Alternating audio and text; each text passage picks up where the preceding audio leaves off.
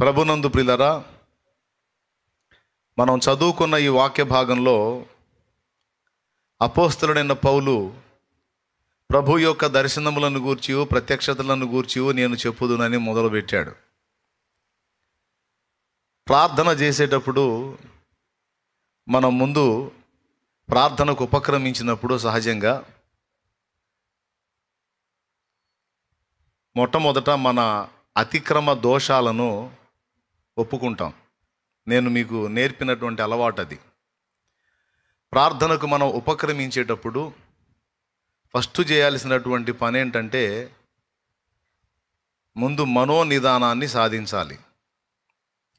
మనోనిదానం అంటే మనస్సుని నిమ్మళపరుచుకోవటం. ప్రార్థన చేయడానికి మనం ఉపక్రమించేటప్పుడు వెళ్ళి మోకాళ్ళు వేయగానే నడిపింపు రాదు. అప్పటిదాకా మనసు అటు ఇటు కొట్టుమిట్టాడుతూ ఉంటుంది. దీపం కానీ గాలికి అటు ఇటు కదిలినట్టు కదులుతూ ఉంటుంది.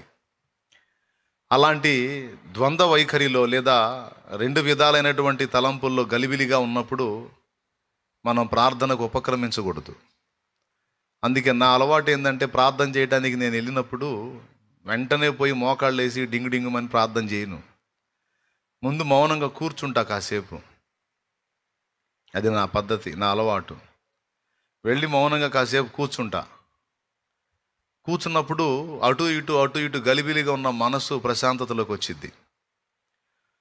దాన్ని మనోనిదానం అంటారు. మనస్సు తొందరలలో ఉండి ప్రార్థన చేయడానికి ఏకాగ్రత కుదరదు. మీకు ఉపయోగపడే విషయాలు చెప్తాను, జాగ్రత్తగా వినండి. భక్తి సాధనకి మీకు తోడ్పాటుగా ఉండేటువంటి విషయాలని చెప్తా. మీరు కూడా ప్రార్థనకి వెళ్ళి ఉపక్రమించినప్పుడు వెంటనే మోకాళ్ళు వేసి వెంటనే దేవుణ్ణి అడగటం మొదలుపెట్టను. ముందు ప్రశాంతంగా కూర్చుంటాను. ఎక్కడికి వెళ్ళి ప్రార్థన చేసుకోవాలన్నా ముందు మనోనిదానం అనేది అవసరం. మనసు గలిబిలిగా ఉండి అటు ఇటు తిరుగులాడుతూ తొందరలుగా ఉండి ఏకాగ్రత కుదరదు. ఆ ప్రార్థన కూడా మనకు సంతృప్తికరంగా ఉండదు. కాబట్టి ఫస్ట్ చేయాల్సింది ఏంటంటే, మీకు ఇంట్రెస్ట్ ఉంటే గుర్తు కూడా రాసుకోండి, తప్పేం కాదు. ఎప్పుడైనా సరే దేవునితో మాట్లాడడానికి వెళ్ళినప్పుడు, ప్రార్థనలో దేవునితో సంభాషించడానికి వెళ్ళినప్పుడు మొట్టమొదట చేయాల్సిన పని ఏంటంటే మనోనిదానం.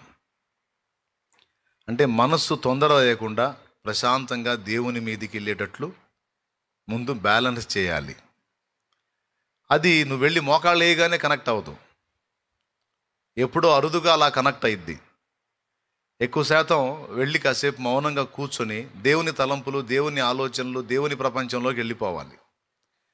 అప్పుడు నీకు ఆ ఏకాగ్రత కుదిరిద్ది. సో దాన్ని మొట్టమొదట చేసే ప్రక్రియని మనోనిదానం అంటారు. ఇప్పటివరకు మీకు అలవాటు లేకపోతే ఇక నుంచి అలవాటు చేసుకోండి. ప్రార్థన అనే ప్రక్రియ హడావుడిగా హర్రిబర్రిగా చేసేది కాదు. అది దేవునితో సంభాషించడానికి మనం వెళ్తున్నాం కాబట్టి ప్రశాంతంగా జరగాల్సినటువంటి ప్రక్రియ. కాబట్టి మొదటి విషయం మనోనిదానం. అలా మనస్సు నిదానించినప్పుడు, ఇక దేవుని మీద మనకి ఏకాగ్రత కుదిరినప్పుడు, ఇక దేవుని తలంపులతో మన హృదయం నిండుతున్నప్పుడు, ఇక మనం దేవునితో మాట్లాడటం మొదలుపెట్టి సంభాషించే మాటల్లో మొట్టమొదట చేయాల్సిన పని ఏంటంటే మన దోషములను ఒప్పుకొనుట. రెండవది, ఎందుకంటే రక్షింపనేరకై ఉండునట్లు యెహోవా హస్తము కురుచ కాలేదు, విననేరకై ఉండునట్లు ఆయన చెవులు మందం కాలేదు. మీ దోషములు మీకును ఆయనకును మధ్యగా అడ్డుగా వచ్చెను గనుక మీరు మొర్రపెట్టినను ఆయన ఆలకింపకున్నాడు అనే మాట యెషయా గ్రంథము 59వ అధ్యాయం 1వ వచనంలో ఉంది. కాబట్టి ప్రార్థనకు ఉపక్రమించేవారు మొట్టమొదట చేయాల్సింది మనోనిదానం అయితే, రెండవదిగా చేయాల్సింది ఏంటంటే దోషముల యొక్క ఒప్పుకోలు. ఒకవేళ నువ్వు నీ అతిక్రమాలను ఒప్పుకోకుండా నువ్వు ప్రార్థన చేసావు అనుకో, ఆ ప్రార్థన కప్పు తగిలి కిందికి వచ్చినట్టు అది దేవుని చెంతకు చేరకపోవచ్చు. అందుకే ముందు దోషాల పరిహారం అనేది జరగాలి. అందుకే పాపపు ఒప్పుకోలు, దోషముల ఒప్పుకోలు అనేది రెండవదిగా జరగాలి. అప్పుడు మన ప్రార్థన దేవుని చెంతకు చేరిద్దని యెషయా గ్రంథం 59 చెప్పింది, నేను కాదు. ఒకసారి చూసుకోవచ్చు మీరు బైబిల్లో. రక్షింపనేరకయున్నట్లు యెహోవా హస్తము కురుచ కాలేదు, విననేరకయుండునట్లు ఆయన చెవులు మందము కాలేదు. మీ దోషములు మీకును మీ దేవునికిని అడ్డముగా వచ్చెను. కాబట్టి మీ పాపములు ఆయన ముఖమును మీకు మరుగుపరచెను, ఆ, గనుక ఆయన ఆలకింపకున్నాడు. అది లెక్క.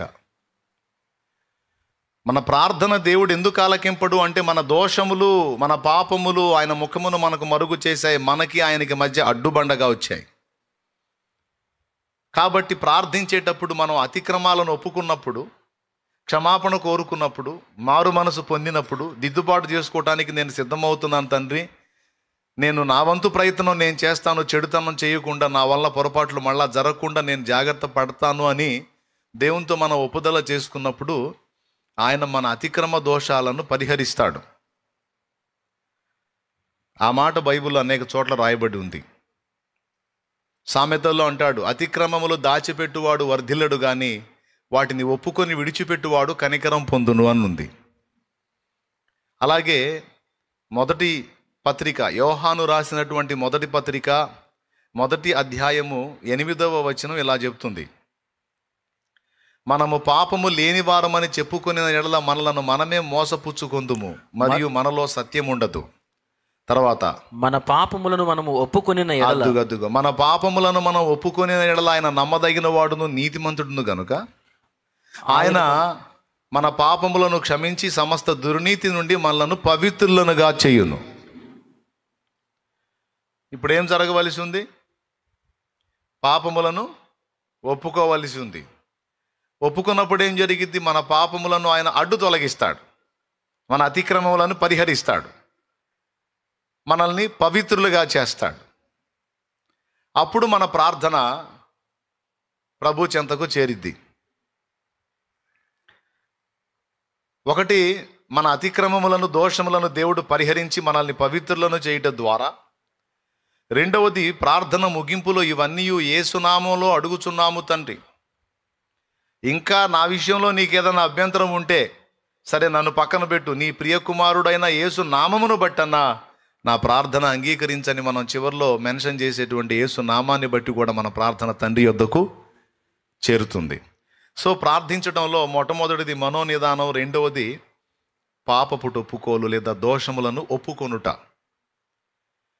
ఒప్పుకొని మన వంతు మనం దేవునికి చెప్పాలా, దేవా నేను పోరాడుతున్నాను, ఈ శరీరానుసారమైన క్రియలు నిన్ను అభ్యంతరపరుస్తున్నాయని నేను ఎరుగుదును, వాటి నుంచి విడుదల పొందడానికి, వాటి మీద జయం పొందడానికి నా వంతు పోరాటం నేను చేస్తున్నాను, నాకు సహాయం చేయి. మరి తెలిసి కొన్ని తెలియక కొన్ని నా వలన నువ్వేవో అభ్యంతరాలు ఎదుర్కొని ఉంటావు కనుక వాటి విషయంలో ఫలానాది నాకు గుర్తుంది, ఇదిగో ఫలానాది తప్పే, నన్ను క్షమించమని దేవునితో మనం ముఖాముఖి మాట్లాడుకోవచ్చు. అలా యథార్థ హృదయంతో దేవుని ముందు మనం ఎందుకు పాపం చేశాను ప్రభువా, అవతల వాళ్ళు తొందర పెట్టారు, లేకపోతే ఏదో తెలిసి తెలియకలేయా అనకూడదు.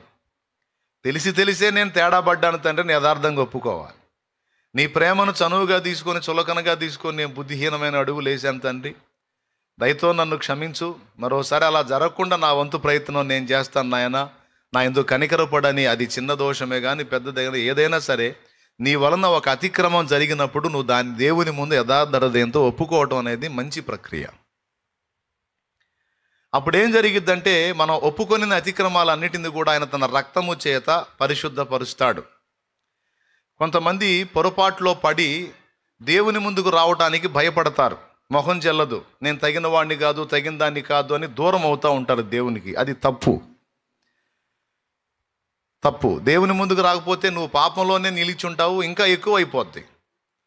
అట్లా కాదు, ఆయన వెలుగులోనున్న ప్రకారం మనము కూడా ఆయనతో పాటు వెలుగులోనున్న ఎడల, వెలుగులో నడచిన ఎడల ఆయనతో అన్యోన్య సావాసం గలవారం మగుదుము.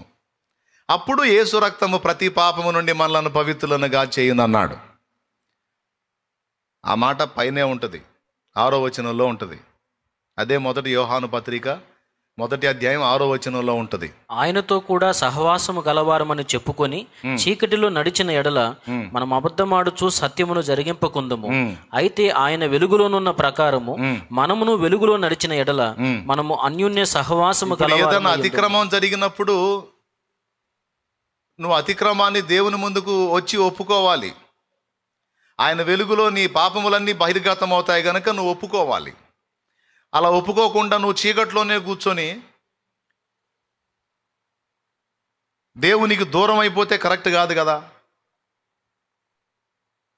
కాబట్టి నువ్వు వెలుగులోకి రావాలి అంటే దేవుని ముఖకాంతిలోనికి రావాలి. వచ్చి ఆయన ముందు దోషాలు ఒప్పుకోవాలి.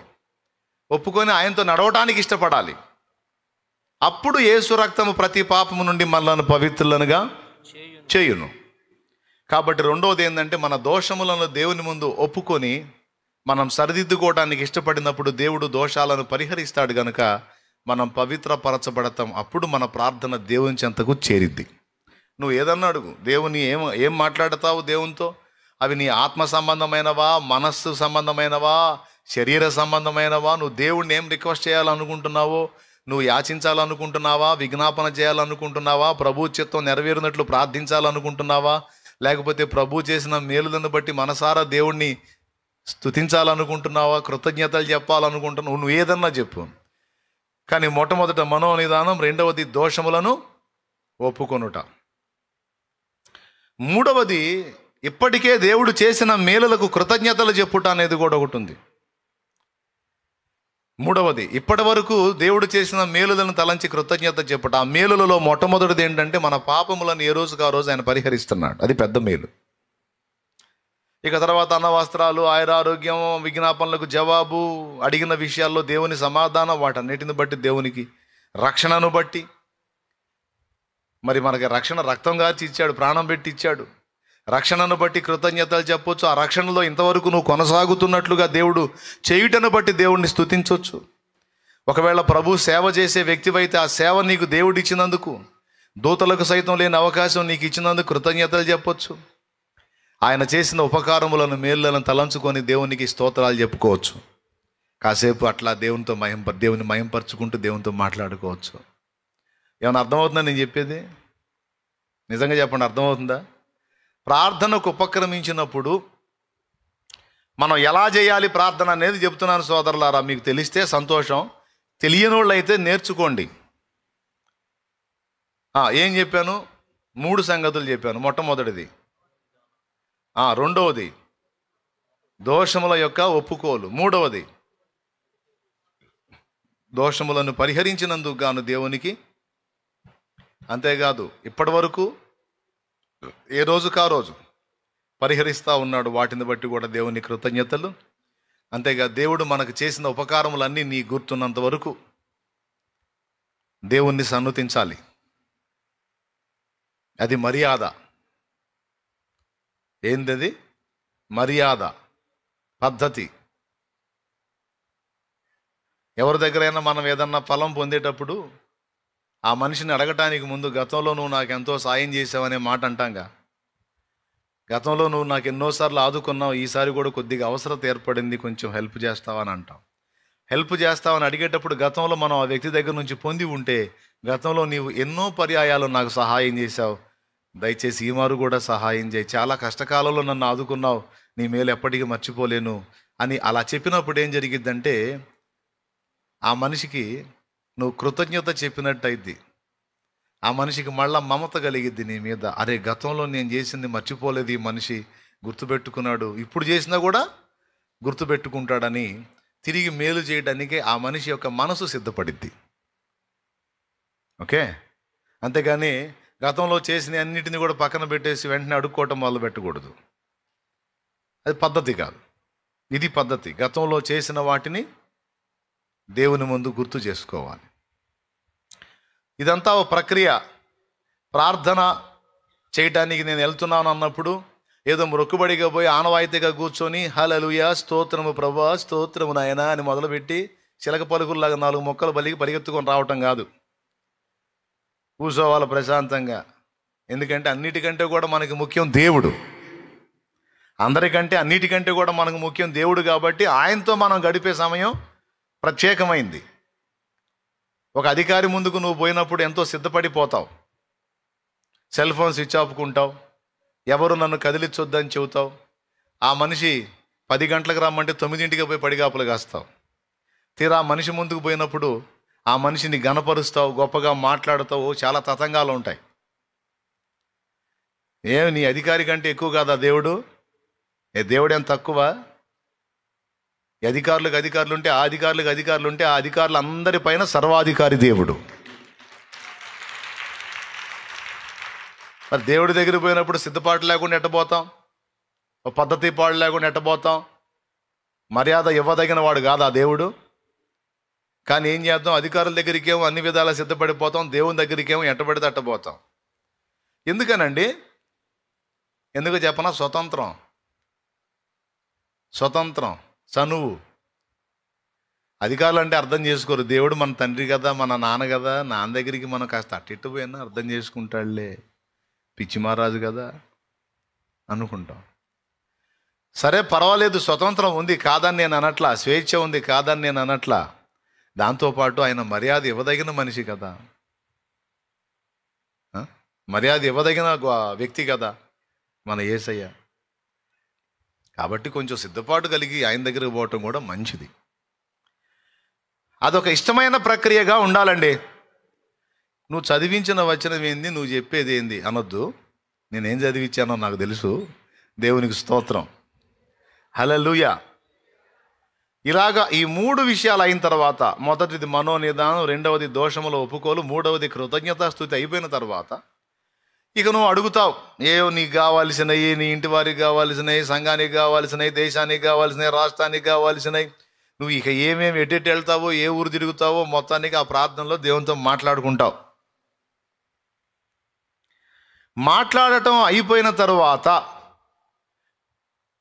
నువ్వు చెప్పాలనుకున్నవన్నీ చెప్పిన తర్వాత, యేసు నామములో అడుగుతున్నాము తండ్రి ఆమేన్ అని టపామని కళ్ళు తెరిచి ఇక లేచిపోతానే ఉంటారు. అవునా కాదా? నిజం మాట్లాడుకుందాం. యేసు నామములో అడుగుతున్నాము తండ్రి అంటాం ఆలస్యం. ఇంకా అక్కడ ఉంటే క్షేమకరం కాదన్నట్లు లేచి పరిగెత్తుతూనే ఉంటారు బైబిల్ తీసుకొని పత్తా లేకుండా.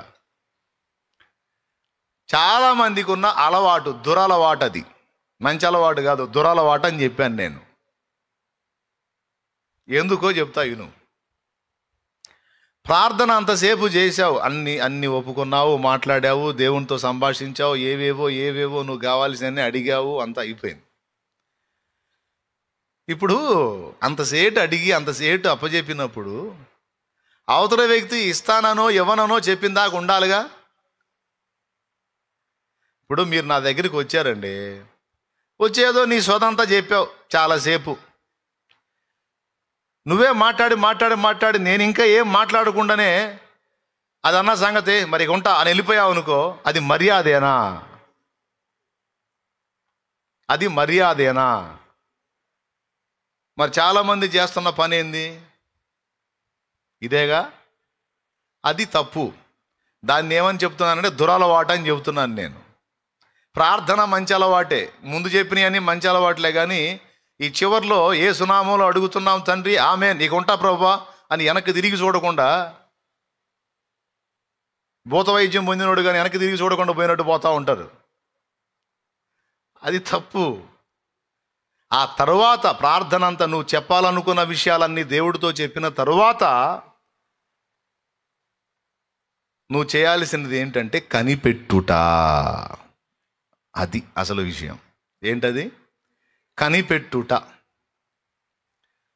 దీన్ని అందరూ అలవాటు చేసుకోవాలి. మీరు మనందరం దీన్ని సాధన చేయాలి. మనలో అనేక మందికి అలవాటు లేదు. ఈ అలవాటు భక్తులు కలిగి ఉన్నారు. ప్రార్థన చేసి యేసునామములో అడుగుతున్నాం తండ్రి ఆమేనని వాళ్ళు పత్తా లేకుండా పోరు. వాళ్ళు మౌనంగా కనిపెడతారు. దీన్ని కనిపెట్టు ప్రార్థన అన్నారు పెద్దలు.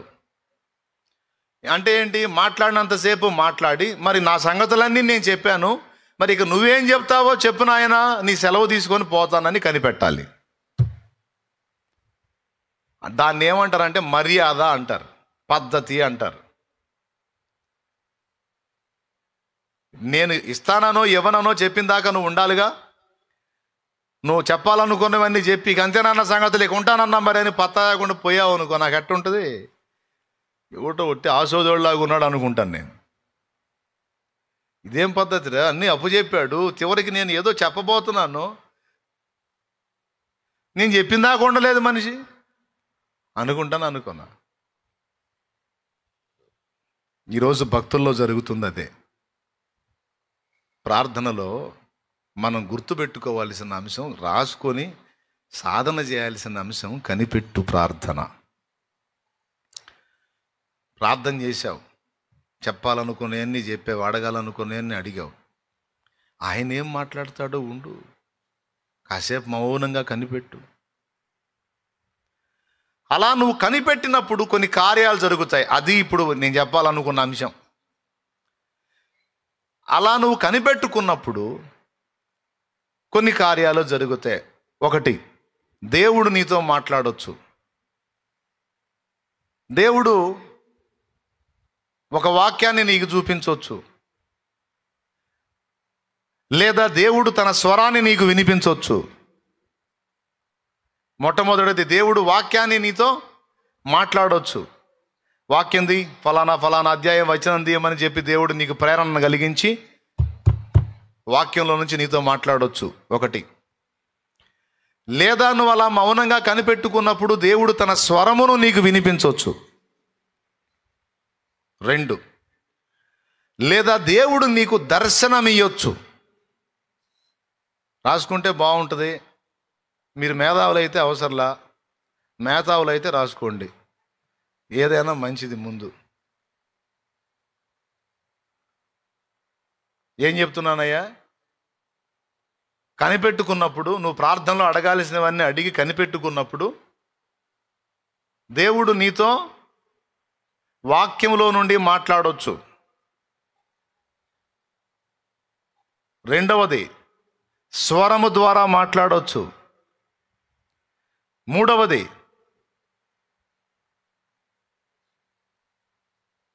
హన్నా దేవుని మందిరములో మూలుగులతో ప్రార్థన చేసి ఆయన సన్నిధిని కనిపెట్టుకున్నప్పుడు దైవజనుడు వచ్చి ఆమెను గదిలిచ్చాడు. అంటే ఆయనకు ప్రేరణ కలిగింది ఆమెతో మాట్లాడాలని. అలాగా వ్యక్తి ద్వారా వచ్చి కూడా మనతో మాట్లాడవచ్చు. మూడు, లేఖనం ఉంది అందుకు. నాలుగవది, దర్శనం ఇయ్యొచ్చు. ఐదవది, ఏదన్నా ఒక ప్రత్యక్షత నీకు బయలుపరచవచ్చు. ఇన్ని సంగతులు ఉన్నాయి బ్రదర్.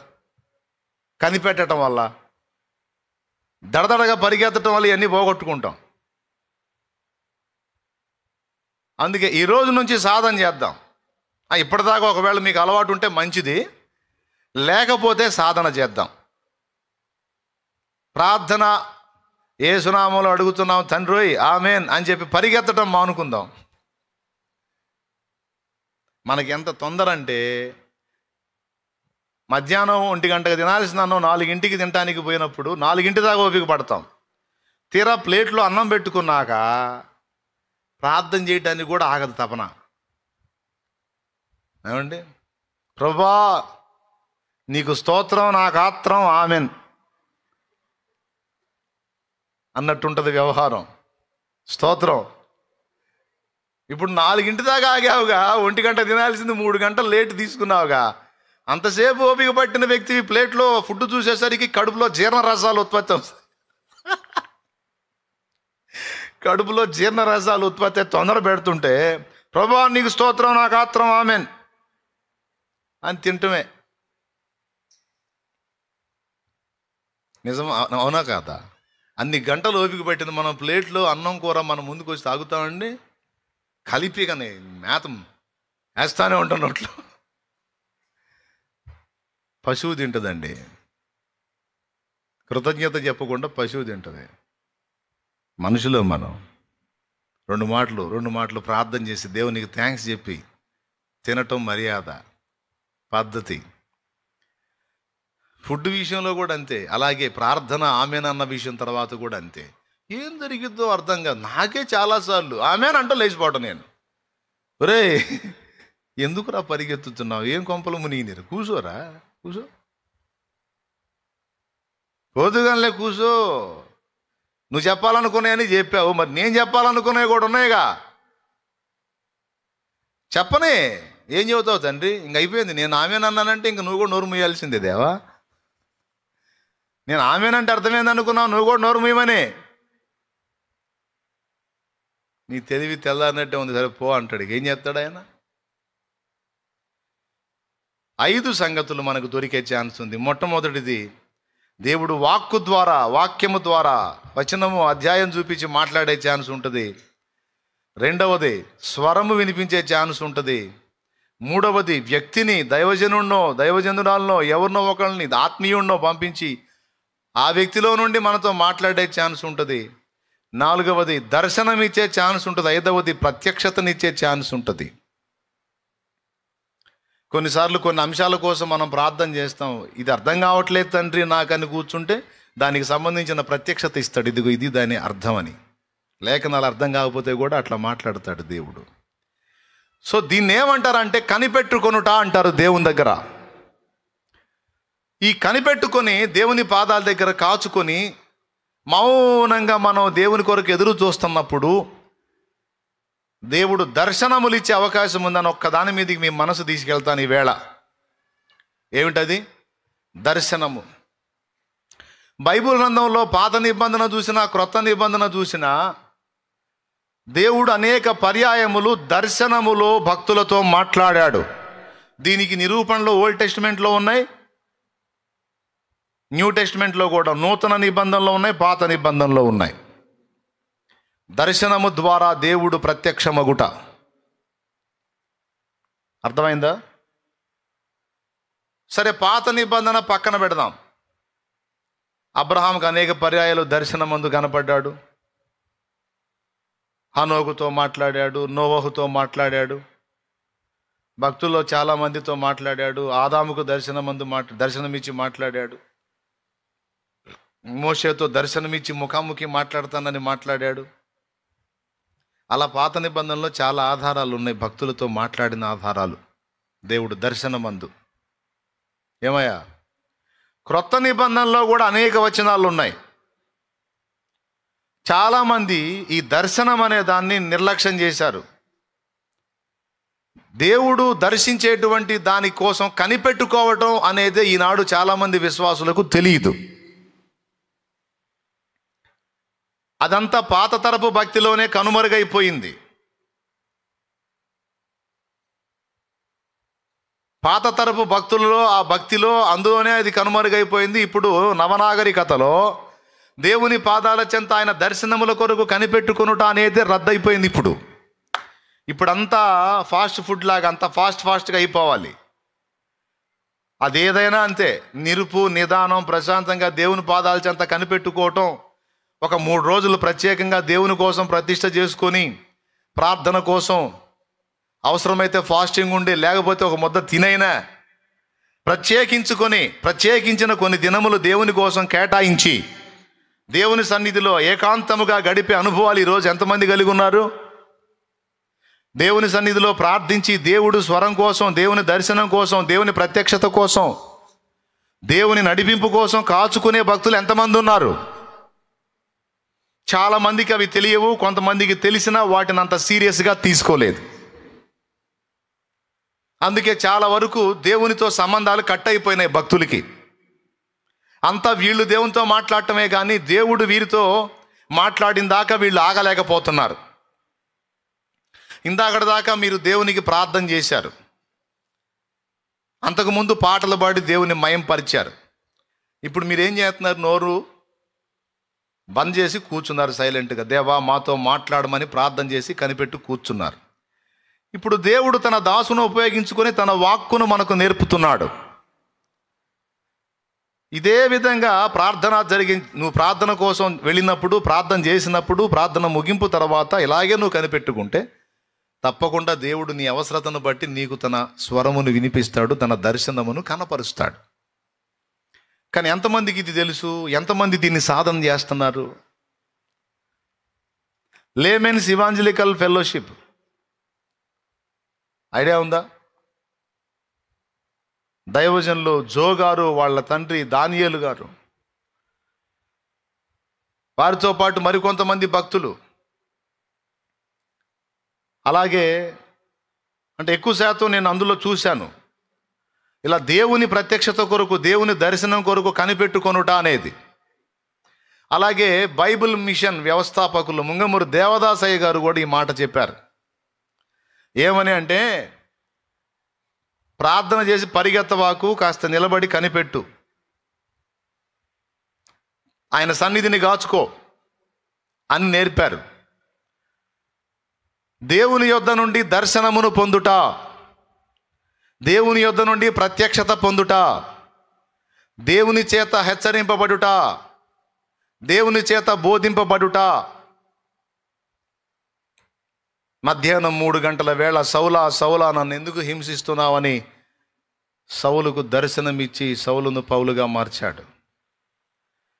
ఆ సౌలు దమస్కులో తిన్నని దనబడిన వీధిలో యోదాను వాని ఇంట చేరినప్పుడు అదే దమస్కులో ఉన్న అననీయా అనే మనుషునికి కనపడ్డాడు. చూడు, అపోస్తల కార్యం 9.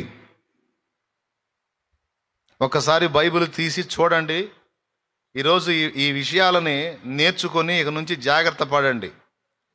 అపోస్తల కార్యములు 9వ అధ్యాయము 10వ వచనం. దమస్కులో అననీయ అని ఒక శిష్యుడుండెను. ప్రభు దర్శనమందు అననీయ అని అతను పిలువగా, అద్దుగో, ప్రభు దర్శనమందు అంటే బహుశా నాకు తెలిసి అననీయ ప్రార్థన చేస్తుండొచ్చు. కానీ దయామయుడు మూవీలో సౌలు స్టోరీయే మీరు చూసుంటారు చాలాసార్లు. నాకు తెలిసి ఎంతమంది చూశారు దయామయుడు? చూసారా? అందులో అననీయ నిద్రపోతుంటే దేవుడు కల్లో కనపడి మాట్లాడినట్టు చూపిస్తాడు అందులో. కానీ ఇక్కడ ఏమన్నాడో తెలుసా? అననీయ అనే వ్యక్తితో దేవుడు దర్శనమందు మాట్లాడాడు అన్నాడు.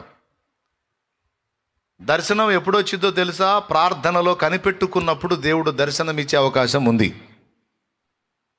దేవునికి మహిమ. ఎందుకంటే నాకు తెలిసి బైబిల్లో చాలా వచనాలు, నేను చూసిన వచనాలన్నీ కూడా ప్రార్థన తర్వాత కనిపెట్టినప్పుడే వారు దర్శనం చూశారు. ఇప్పుడు మీకు ఇది ఒక నిరూపణ.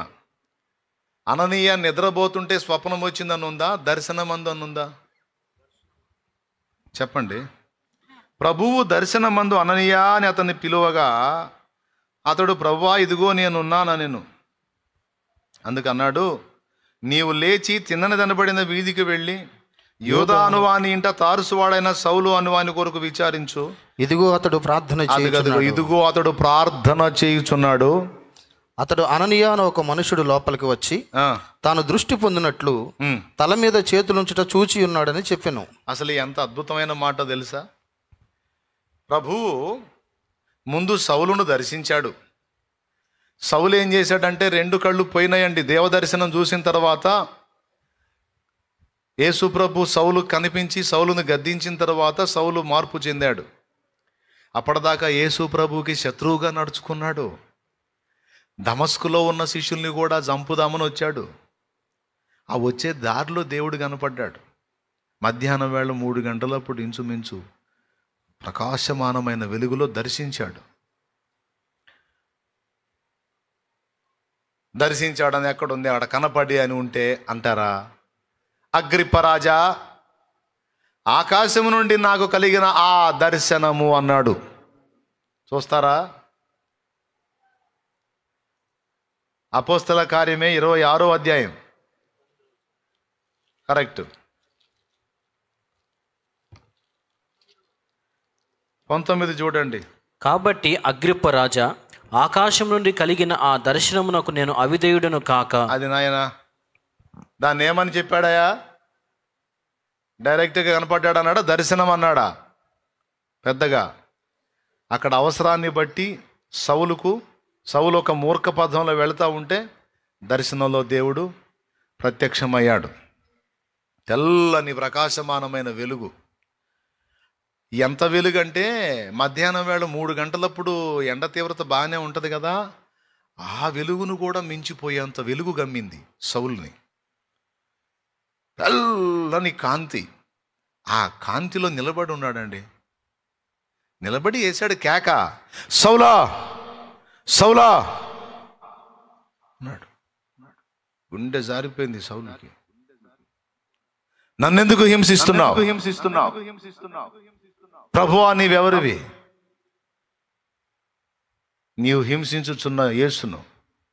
నజరేయుడగు యేసు.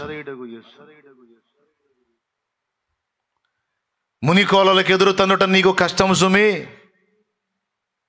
పర్వాలేదు నాన్న, అట్లా దర్శించాడు. అది జస్ట్ ఆ పిక్చర్ చూపిస్తా ఉన్నాడు. వార్నింగ్ ఇచ్చాడు. మునికోలలకు ఎదురు తన్నుట నీకు కష్టము. ఏం చేస్తున్నావు తెలుసా? ఎవరికి ఎదురు వస్తున్నావో తెలుసా? నేనెవరో తెలుసా? జాగ్రత్త. మూవీలోనేమో సౌలా సౌలా అని చిన్నగా పిలిచినట్టు ఉంటుంది. కాదు కాదు, అట్ట పిలిచి ఈ డైలాగ్ చెప్పడానికి కుదిరిద్దా? సౌలా సౌలా సౌలా మునికోలలకు ఎదురుతున్నట్టు నీకు కష్టం అని ఉంటాడా? సౌలు ఏమన్నా సౌమ్యమైన పనులు చేస్తున్నాడా? చంపుతున్నాడు తన పిల్లల్ని, హింస పెడుతున్నాడు, దుర్మార్గాలు చేస్తున్నాడు. అట్లాంటి వాడికి ఏ టైపులో వాయిస్ పోతే రన్నింగ్లోకి వస్తాడు, కంట్రోల్లోకి వస్తాడు? సౌలా సౌలా సౌలా సౌలా సౌలా సౌలా వేసాడు కేక. ఇప్పుడు దిగింది నిషా. చూశాడు, గడగడగడగలాడిపోయాడు, అల్లాడిపోయాడు. అబ్బా ఎంత తేడా పడ్డాను, నా మూర్ఖత్వం అని పశ్చాత్తాపడ్డాడు. ప్రభు కనిపించి మాట్లాడినంత వరకు కళ్ళు పనిచేసినాయి. ఆయన ఎప్పుడైతే అదృశ్యం అయిపోయాడో ఈ రెండు కళ్ళు పొరలు గమ్మేసి కనపడట్లా. ఇక తడవలాటం మొదలుపెట్టాడు. కళ్ళు పొరలు గమ్మేసినాయి. అప్పుడు అతనితో కూడా ఉన్నవారు అతన్ని దమస్కు తీసుకెళ్ళారు. ప్రభువే చెప్పాడు, అయ్యా నేనేం చేయమంటావు అని అడిగాడు. దమస్కులోకి వెళ్ళు, అక్కడ నువ్వేం చేయాలో బోధిస్తాను పో, అక్కడ చెబుతా పోమన్నాడు.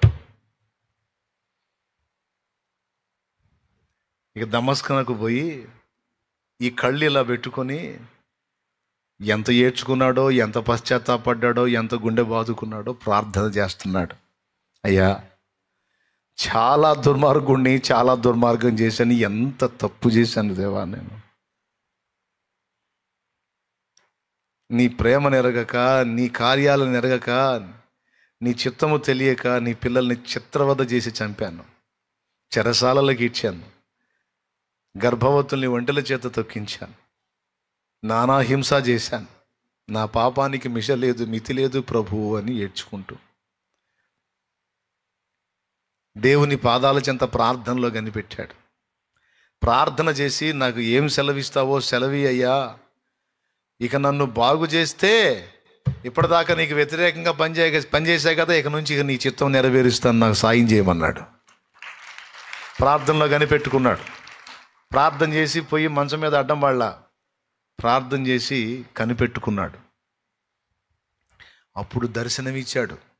ఎవరికి? పౌలుకి, సౌలు అనబడిన పౌలుకి. సౌలు అనగానే పాత నిబంధన సౌలు అనుకునేరయో, దావీదు సౌలు వాళ్ళు కాదు, కొత్త నిబంధన సౌలు. ఈయన కూడా బెన్యామీను గోత్రీకుడే, అందుకని ఆ సౌలుకు పెట్టిన పేరు ఈయనకు పెట్టారు. అందుకే ఆ సౌలు చేష్టాలు చేశాడు అనుకొని. స్తోత్రం. తెలుసు కదా, పాత నిబంధన సౌలు వేరు, క్రొత్త నిబంధన సౌలు వేరు. క్రొత్త నిబంధన సౌలే తర్వాత పౌలు అయ్యాడు. ఇక ఏం కనపడుతుందో తెలుసా? దర్శనం కనపడుతుంది. ఎవరికి? సౌలుకి. ఏం కనపడుతుంది దర్శనంలో అంటే, ఆ ఇంటికి అననీయ అనే మనుషుడు వచ్చినట్టు, ఆయన వచ్చి సౌలుతో మాట్లాడినట్టు, సౌలుకి ప్రభువుని గూర్చి కొన్ని విషయాలు చెప్పినట్టు, అతను స్వస్థత పొందినట్లు అతడి మీద ఈయన చేతులుంచినట్టు, ప్రార్థించినట్టు, బాప్తిస్మము తీసుకున్నట్టు మొత్తం స్పష్టంగా దర్శనంలో కనపడింది. అంటే దర్శనంలో దేవుడు చూపించిందాక కూసున్నాడు ఆయన. మనలాగా పరిగెత్తలా. వాళ్ళు భక్తే వేరులే. వాళ్ళు పాత నిబంధన భక్తి చేసినా అందులో పరిసయ భక్తి, మహానిష్ట భక్తి చేశాడు సౌలు. తర్వాత ప్రభు వైపు తిరిగిన తర్వాత కూడా అదే మొండి భక్తి చేశాడు. కాచుకున్నాడు. ఏందయ్యా నా గతి ఏంది, కళ్ళు పోయినాయి, మరి నా పరిస్థితి ఏంది, ఇక ఇంతేనా, ఈ గుడ్డి బతికేనా, లేకపోతే ఏమైనా బాగుపడేది ఉందా? మరి కళ్ళు ఇస్తే వెళ్తా రన్నింగ్లోకి. ఇక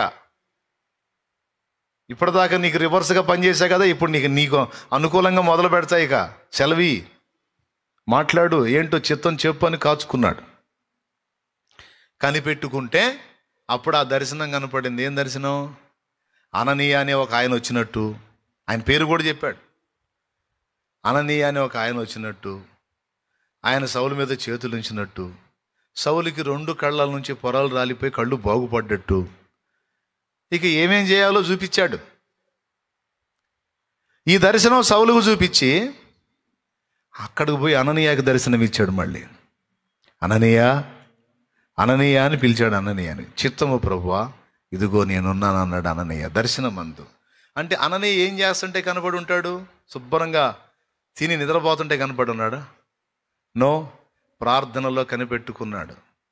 ప్రార్థన చేసి కనిపెట్టుకున్నాడు. అప్పుడు దేవుడు దర్శనంలో కనపడ్డాడు. కనపడి అననీయ అననీయ అని పిలిచాడు. ఈయన సమాధానం ఇచ్చాడు. ప్రభువా, ఇదిగో నేనున్నానయ్యా, అయ్యా చిత్తం అన్నాడు. అడ్రస్ చెబుతున్నాడు దేవుడు. నీవు లేచి తిన్నని దనబడిన వీధికి వెళ్ళి, ఆ బజారు పేరంట తిన్ననిదంట. తిన్నగబో అంటారే. తిన్నని దనబడిన వీధికి వెళ్ళి యోధా అనేవాని ఇంట తార్సు వాడైన సౌలు అనేవాని గురించి విచారించు అన్నాడు. అంటే ఎంక్వైరీ చేయి అన్నాడు. ఎందుకయ్యా అంటే, నువ్వు వెళ్ళి అతని మీద చేతులుంచుట అతడు చూచి ఉన్నాడు అన్నాడు. అంటే నేను అతనికి చూపించానయ్యా అన్నాడు. నువ్వు వచ్చి అతని మీద చేతులుంచి అతన్ని స్వస్థపరచడం, నా గురించి మాట్లాడటం అనేది నేను అతనికి నేను ప్రార్థనలో దర్శనం చూడమన్నా. ఇప్పుడు చూడొద్దు, ముందే చెబుతున్నాను. దేవునికి స్తోత్రం. వింటున్నావా? ఎప్పుడు చూడమని చెప్పా దర్శనం నేను? ఇది అయిపోయిన తర్వాత ప్రార్థన చేసుకొని, ప్రార్థన అయిపోయిన తర్వాత కనిపెట్టి దర్శనం చూడండి. ఇప్పుడు సాధన చేయవాకండి. అంటే అర్థమైందా? నిద్రపోవాకండి అని చెబుతున్నా. స్తోత్రం చెప్పండి గట్టిగా. గట్టిగా చెప్పు. ఏం లేదు, కొంప తీసి కళ్ళు మూసి అంట ఏందమ్మంటే నువ్వు చెప్పాక నేను దర్శనం చూస్తున్నాను అంటారేమని నా భయం. బాగా వినండి. ఎక్కడికి వచ్చాగా? అక్కడ సౌలుకు నేను చూపించాను, నువ్వు వచ్చి ఇట్లా చేతులుంచినట్టు. అంటే అననీయ ఆశ్చర్యపోతాడు. ప్రభువా, ఎవరి గురించి నీవు మాట్లాడుతున్నావు? సౌలు గురించేనా? తార్సువాడైన సౌలేనా? సంఘానికి ఎంత ద్రోహం చేశాడో తెలుసా? నీ సేవకుల్ని ఎంతోమందిని దెబ్బతీశాడు. నీ అందు విశ్వాసం ఉంచిన నీ పిల్లలకు బహుహింస కలిగించాడు. దమస్కులో కూడా ఉన్న నీ పిల్లల్ని హింసించాలని అధికార పత్రాలు చేతబూని మరీ వచ్చాడు. వాణ్ణి బాగు చేయమంటావా ప్రభువు? అంటే అననీయ, నువ్వు అన్నది నిజమే, అది ఒకప్పుడు. అయితే ఇప్పుడు అతడి పని అయిపోయింది. ఇక నుంచి అతడు రాజుల ఎదుట, అధికారుల ఎదుట, ప్రజల ఎదుట, ఇశ్రాయేలీల ఎదుట నా నామము భరించుటకు అతడు నేను ఏర్పరచుకున్న సాధనము అననీయ.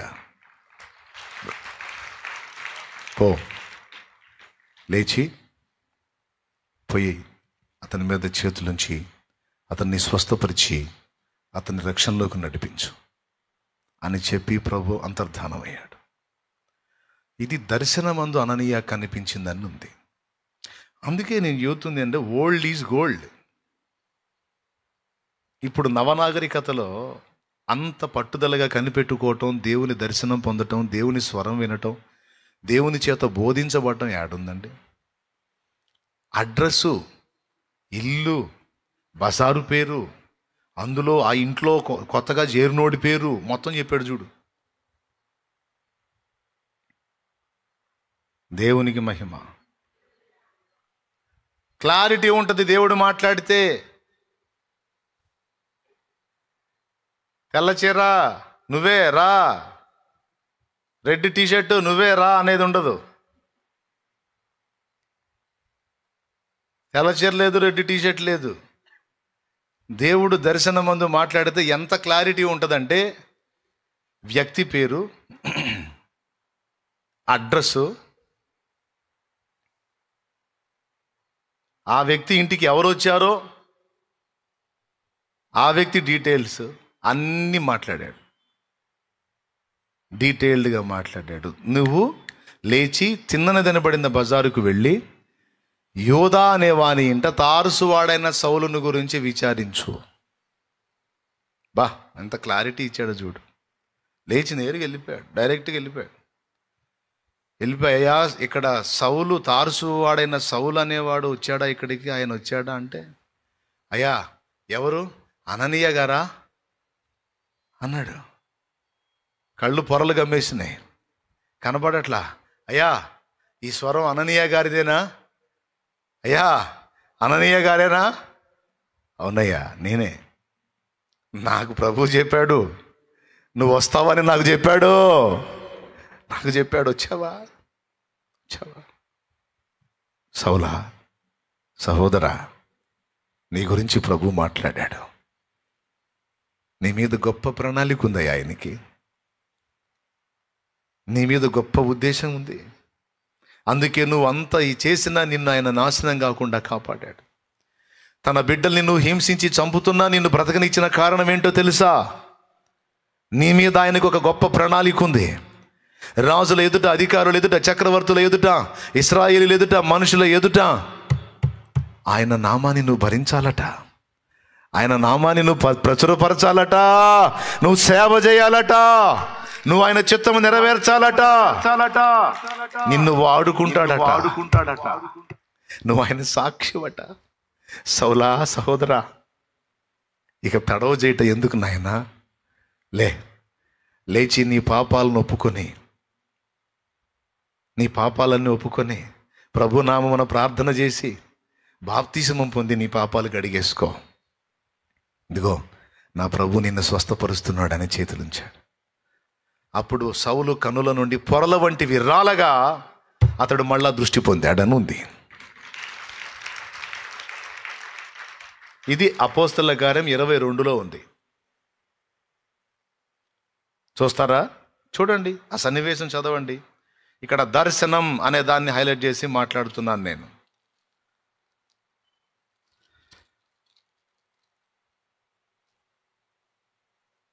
చదువు. 6వ వచనం. నేను ప్రయాణము చేయుచు దమస్కునకు సమీపించినప్పుడు. అదంతా అవసరం లేదు నాన్న, 15వ వచనం. 12వ వచనం చదువు. అంతటా ధర్మశాస్త్రము చొప్పున భక్తిపరుడును అక్కడ కాపురమున్న యూదులందరి చేత మంచి పేరు పొందినవాడునైన అననీయ అను ఒకడు నా యొద్దకు వచ్చి నిలిచి, సౌల, సహోదర, దృష్టి పొందమని నాతో చెప్పగా ఆ గడియలోనే నేను దృష్టి పొంది అతని చూచి తిని. అప్పుడతడు మన పితరుల దేవుడు తన చిత్తమును తెలుసుకొనుటకును ఆ నీతిమంతుని చూచుటకును ఆయన నోటి మాట వింటకును నిన్ను నియమించి ఉన్నాడు. నీవు కన్న వాటిని గూర్చియు విన్న వాటిని గూర్చియు సకల మనుషుల ఎదుట ఆయనకు సాక్షివై ఉందువు. గనుక నీవు తడువు చేయుట ఎందుకు? లేచి ఆయన నామమును బట్టి ప్రార్థన చేసి బాప్తిస్మం పొంది నీ పాపములను కడిగి వేసుకోమని చెప్పాను. అదమ్మా, చూడండి, ఈ మాటలన్నీ ఎవరు చెప్పారు? ప్రభువు చెప్పాడు. ఇవన్నీ చెప్పి అతన్ని బాప్తిసంలోకి నడిపించి సిద్ధపరచమని. బాప్తిసం పొందినప్పుడు పాపాలు కడగబడతాయి. అందుకే బాప్తిసం పొందండి అని మొత్తుకునేది. బాప్తిసం పొందకపోతే మీ నెత్తిన మీ పాపాలు అంతే ఉంటాయి. బాప్తిసం పొందినప్పుడు ఆ పాపాలన్నీ కడగబడి పరిశుద్ధపరచబడతారు. పాపాలు పోయినప్పుడు ఆ శాపాలు పోతాయి, బాగుపడతారు, దీవించబడతారు, ప్రభు సాక్షులైపోతారు. అందుకే ఎంతసేటు చెప్పేది బాప్తిసం పొందండి అంటే, ఎందుకంటే పాపాలు కడుగుతారు దేవుడు. అందుకు ఏది మంచిది? పాపాలను ఎత్తిన పెట్టుకోవటం మంచిదా, కడిగేసుకోవటం మంచిదా? అందుకని చెప్పేది బాప్తిసం పొందండి అని. ఇప్పుడు ఇదంతా ఎందులో చూపించాడు వాళ్ళకి? దూరదర్శనంలో చూపించాడా, సెల్ ఫోన్లో చూపించాడా, లేదా ప్రార్థనలో చూపించాడా? ఏం ప్రార్థన అది? కనిపెట్టు ప్రార్థన. అయిపోయిందా? వదిలే. ఇప్పుడు అపోస్తల కార్యం 10కి రండి.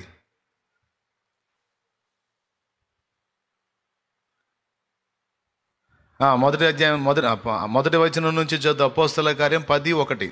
ఇటలీ పటాలమనబడిన పటాలములో శతాధిపతి అయిన కొర్నేలి అను భక్తిపరుడు ఒకడు కైసరయలో ఉండెను. అతడు తన ఇంటి వారందరితో కూడా దేవుని యందు భయభక్తులు గలవాడయ్యుండి ప్రజలకు బహుధర్మము చేయుచు ఎల్లప్పుడూ దేవునికి ప్రార్థన చేయువాడు. పగలు ఇంచుమించు 3 గంటల వేళ దేవుని దూత అతని యొద్దకు వచ్చి కొర్నేలి అని పిలుచుట దర్శనమందు తేటగా అతనికి కనబడెను. అతడు దూత వైపు తేరి చూచి భయపడి, ప్రభువా ఏమని అడిగెను. అందుకు దూత, నీ ప్రార్థనలను నీ ధర్మ కార్యములను దేవుని సన్నిధికి జ్ఞాపకార్థముగా చేరినవి. దర్శనమందు తేటగా. చదువున్నాను 3వ వచనం. పగలు ఇంచుమించు 3 గంటల వేళ దేవుని దూత అతని యొద్దకు వచ్చి కొర్నేలి అని పిలుచుట దర్శనమందు తేటగా అతనికి కనబడింది. అబ్బా, ఎందులో కనపడ్డదయ్యా? ఏం చేసేటప్పుడయ్యా? ఎవరయ్యా అంతసేపు కనిపెడుతుంది ఇప్పుడు? ఆమేన్. బైబిల్ తీసి బైబిల్ జిప్పేయటం, సంకలో పెట్ట, పరిగెత్తాను అడ్డం పడి.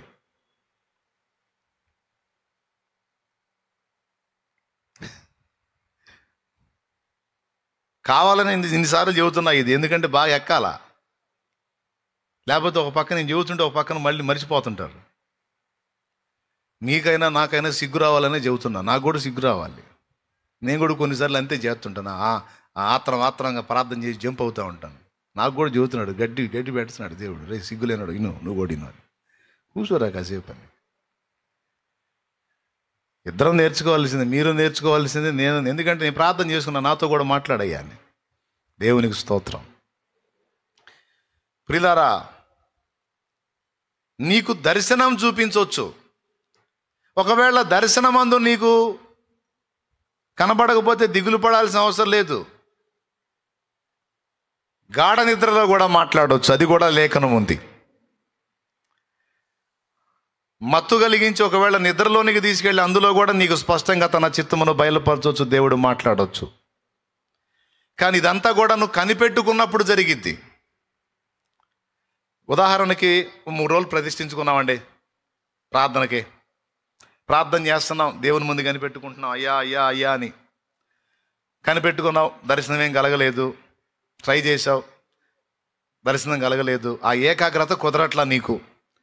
దేవుడు నీకు దర్శనం చూపించేంత ఆ కాన్సన్ట్రేషన్లోకి నువ్వు రాలా, అంత పరిణతి నువ్వు చెందలా. ఆ కనిపెట్టుకుంటా అట్లనే మరి 3 రోజులు దేవుని కోసం అనుకున్నావు, కాచుకున్నావు. లేదా ఒక రోజంతా దేవుడితో అనుకున్నావు, కాచుకున్నావు, ప్రార్థన చేస్తున్నావు, కనిపెట్టుకుంటున్నావు, అలిసిపోయావు, నిద్ర పట్టింది. ఆ నిద్రలో కూడా నీతో మాట్లాడే ఛాన్స్ ఉంది ఆయన. ఎందుకంటే ఆ మాట కూడా బైబిల్లోనే ఉంది. దేవుడు ఒక్క మారే పలుకును, 2 మార్లు పలుకును. అది కూడా చూడు, ఏబు గ్రంథము 33వ అధ్యాయం 14వ వచనం. రైట్, చదువు. దేవుడు ఒక్కమారే పలుకును, 2 మార్లు పలుకును. 33:14 ఒకటోసారి 33:14 ఏబు గ్రంథం. దేవుడు ఒక్కమారే పలుకును, 2 మార్లు పలుకును. అయితే మనుషులు అది కనిపెట్టరు. మంచము మీద కొనుకు సమయమున గాఢ నిద్ర పట్టునప్పుడు కలలో రాత్రి కలుగు స్వప్నములలో. అది కలలో రాత్రి కలుగు స్వప్నములలో. పగలంతా ప్రార్థన చేసావు, కనిపెట్టావు, ఏం దొరకలా. ఆ డే దేవుని కోసం కేటాయించిన రోజు. అయితే రాత్రి వేళ కలుగు స్వప్నంలోనైనా సరే ఆయన నీతో మాట్లాడే ఛాన్స్ ఉంది. ఎందుకంటే జాలి కదండి ఆయనకి, కనికర సంపన్నుడు కదా. ఒరే పగులంతా వీడు ప్రార్థన చేసి నా స్వరం కోసం కాచుకున్నాడు, పిచ్చిబిడ్డ, వీడు నా కోసమే ఉన్నాడు అని ఆయనకి ఏమొచ్చింది? మన మీద వాత్సల్యం పుట్టింది, మమత వచ్చింది. వీనికి ఎంత శ్రద్ధ నా స్వరం కోసం, నా సన్నిధి కోసం, నా మాట కోసం. ఈమెకి ఎంత శ్రద్ధ, పిచ్చిది పాపం, కనిపెట్టుకొని అట్టే నిద్రపోయింది అని ఆ నిద్రలో స్వప్న రూపంలో నిన్ను దర్శించి మాట్లాడే ఛాన్స్ ఉంది. నాయనా, అర్థమవుతుందా తేటగా? నీకు దర్శనం ఇచ్చే ఛాన్స్ ఉంది, లేదా స్వప్నంలో కూడా నీతో మాట్లాడే ఛాన్స్ ఉంది. అయితే కనిపెట్టాలి. నువ్వు కనిపెడుతున్నావా అన్న సంగతి ఆయనకు అర్థం కావాలి. నీ గుండె దేనికోసం కొట్టుకుంటుందో దేవుడికి అర్థం కావాలి.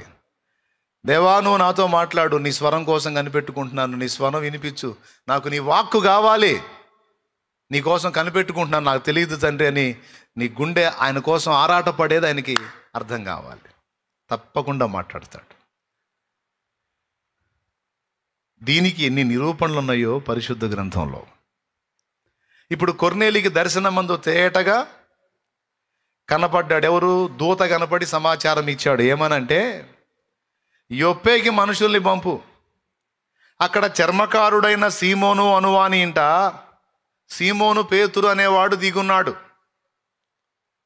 ఓ, మనుషుల్ని నిర్ణయించి యొప్పేకు పంపి ఆ పేతురు అనేవాడిని నీ ఇంటికి పిలిపించుకో.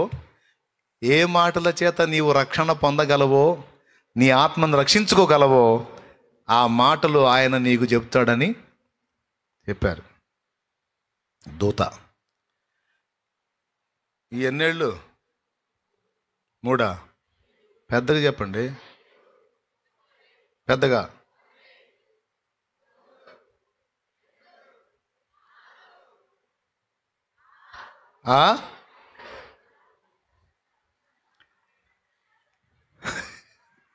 అంటే ఫ్లోలో తేడా పడ్డారులే. ఒకటి మొత్తం ఓపెన్ చేసాడు, 6 లైన్లోనే ఉన్నారు. కొంచెం యాక్టివ్గా ఉండండి. నేను మీరు ఇంటికి వెళ్ళినాక సాధన చేయమన్నా, కూటం అయినాక సాధన చేయమన్నా. ఇక్కడ చేయకండి, ఇప్పుడు చేయకండి, కూటం అయినాక ట్రై చేయండి. ఇక నుంచి ఇదే కనిపెట్టుకొనుట.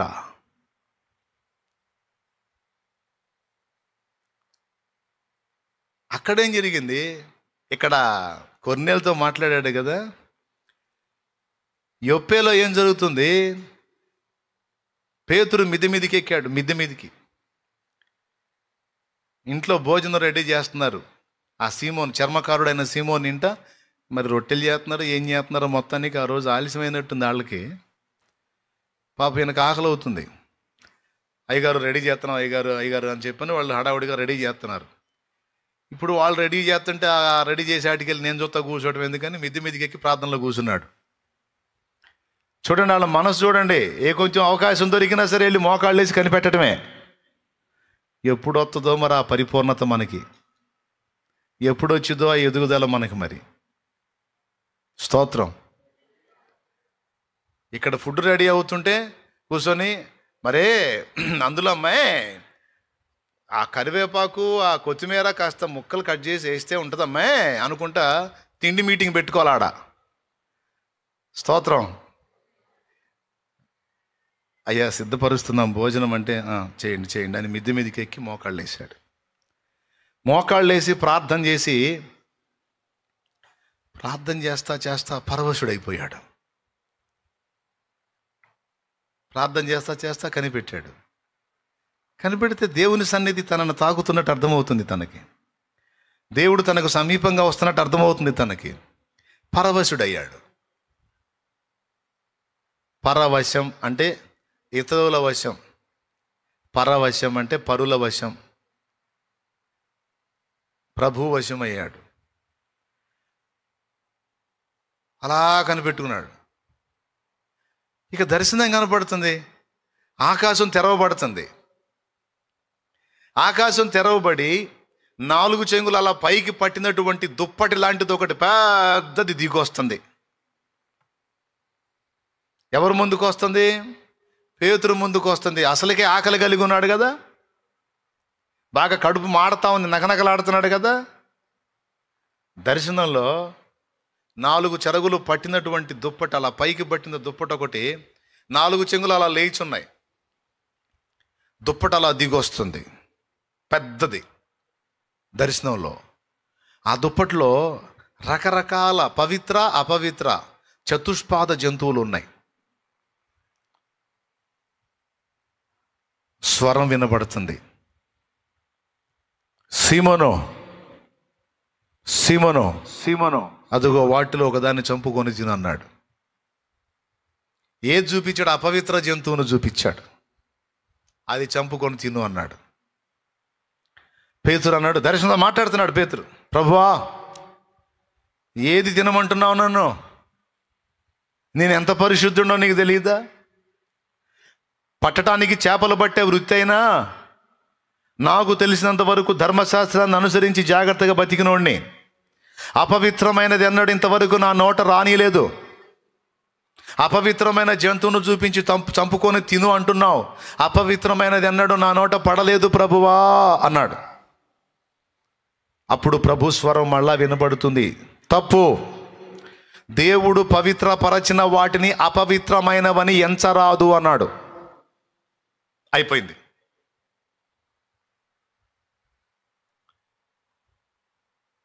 దర్శనం అయిపోయింది. ఏంటది అని మళ్ళా కనిపెట్టాడు. మళ్ళా కనిపెట్టి వెంటనే పరవశుడు అయ్యాడు. మళ్ళా అదే దర్శనం, మళ్ళా అంతే, మళ్ళా ఏ జంతువులు, మళ్ళా చంపుకొని తినమని స్వరం. నేను ఎన్నడూ అపవిత్రమైంది ముట్టలేదంటాం, దేవుడు పవిత్రపరిచిన దాన్ని అపవిత్రమైందని ఎంచొద్దని వార్నింగ్ రావటం. ఇలాగూ ముమ్మారు జరిగిందట. ఇదంతా ఎక్కడ జరుగుతున్నాయా? సెల్ ఫోన్లో చూశాడా? ఇప్పుడు సందు దొరికితే చాలు, యేసు నామములో అడుగుచున్నా తండ్రి ఆమెన్, బైబిల్ జిప్ మూసేయటం, పక్కన వేయటం, సెల్ తీసుకోవటం మొదలుపెట్టి చూస్తూనే ఉన్నాం. సెల్ ఫోన్ పిచ్చి. ఇప్పుడే ఈ దర్శనాలు, అప్పుడేమో ఆ దర్శనం. ఇప్పుడు ఆ ఫోటో వేసాడు చూసారా? జస్ట్ ఇప్పుడు ఆ ఫోటో వేసాడు ఆ స్క్రీన్ మీద. అదిగో మిద్ది మీదకి ఎక్కి ప్రార్థన చేస్తూ ఉన్నప్పుడు అదిగో 4 చెరుగులు పట్టినటువంటి దుప్పటి లాంటిది దిగొస్తే దానిలో జీవులు ఉన్నాయి. అది ఎన్నిసార్లు కలిగిందని ఉంది తీసారా? ముమ్మారు కలిగానట. దేవుడు ఎందుకు మళ్ళీ అదే చూపిస్తున్నాడు? ఏదో చెప్తున్నాడు. ఆ దర్శనం యొక్క భావమేమో అని ఆలోచిస్తున్నాడు. దేవుడు ఏదో చూపిస్తున్నాడు, అది తీసుకొని తిను అంటున్నాడు, దాన్ని స్వీకరించమంటున్నాడు. నేనేం అపవిత్రమైన దాన్ని ముట్టను అంటున్నాను. లేదు దేవుడు నేను పవిత్రపరిచిందని అపవిత్రమైన దాన్ని ఎంచొద్దని మాట్లాడుతున్నాడు. దీని అర్థమైందబ్బా అని ఆలోచిస్తుంటే, బ్రదర్స్ వింటున్నారా? వినండి.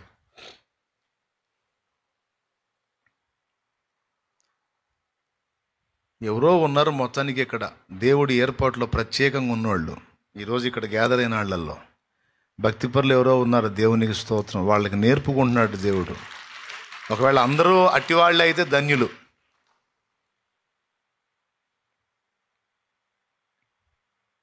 ఎందుకు నాకు ఇట్లా చూపించాడు దేవుడు అని అర్థం కాక ఆలోచనలో పడ్డాడు. ఈలోపు 3 మనుషులు వచ్చారు. ఏమండి, చర్మకారుడైన సీమోను ఇల్లు ఇదేనా? ఇదే బాబు. ఇక్కడ సీమోను పేతురు అని ఆయన వచ్చాడా? ఆయన కోసం వచ్చామండి. ఇక్కడ కూడా చూడండి, క్లారిటీ ఇచ్చాడు, కన్ఫ్యూజ్గా మాట్లాడలా.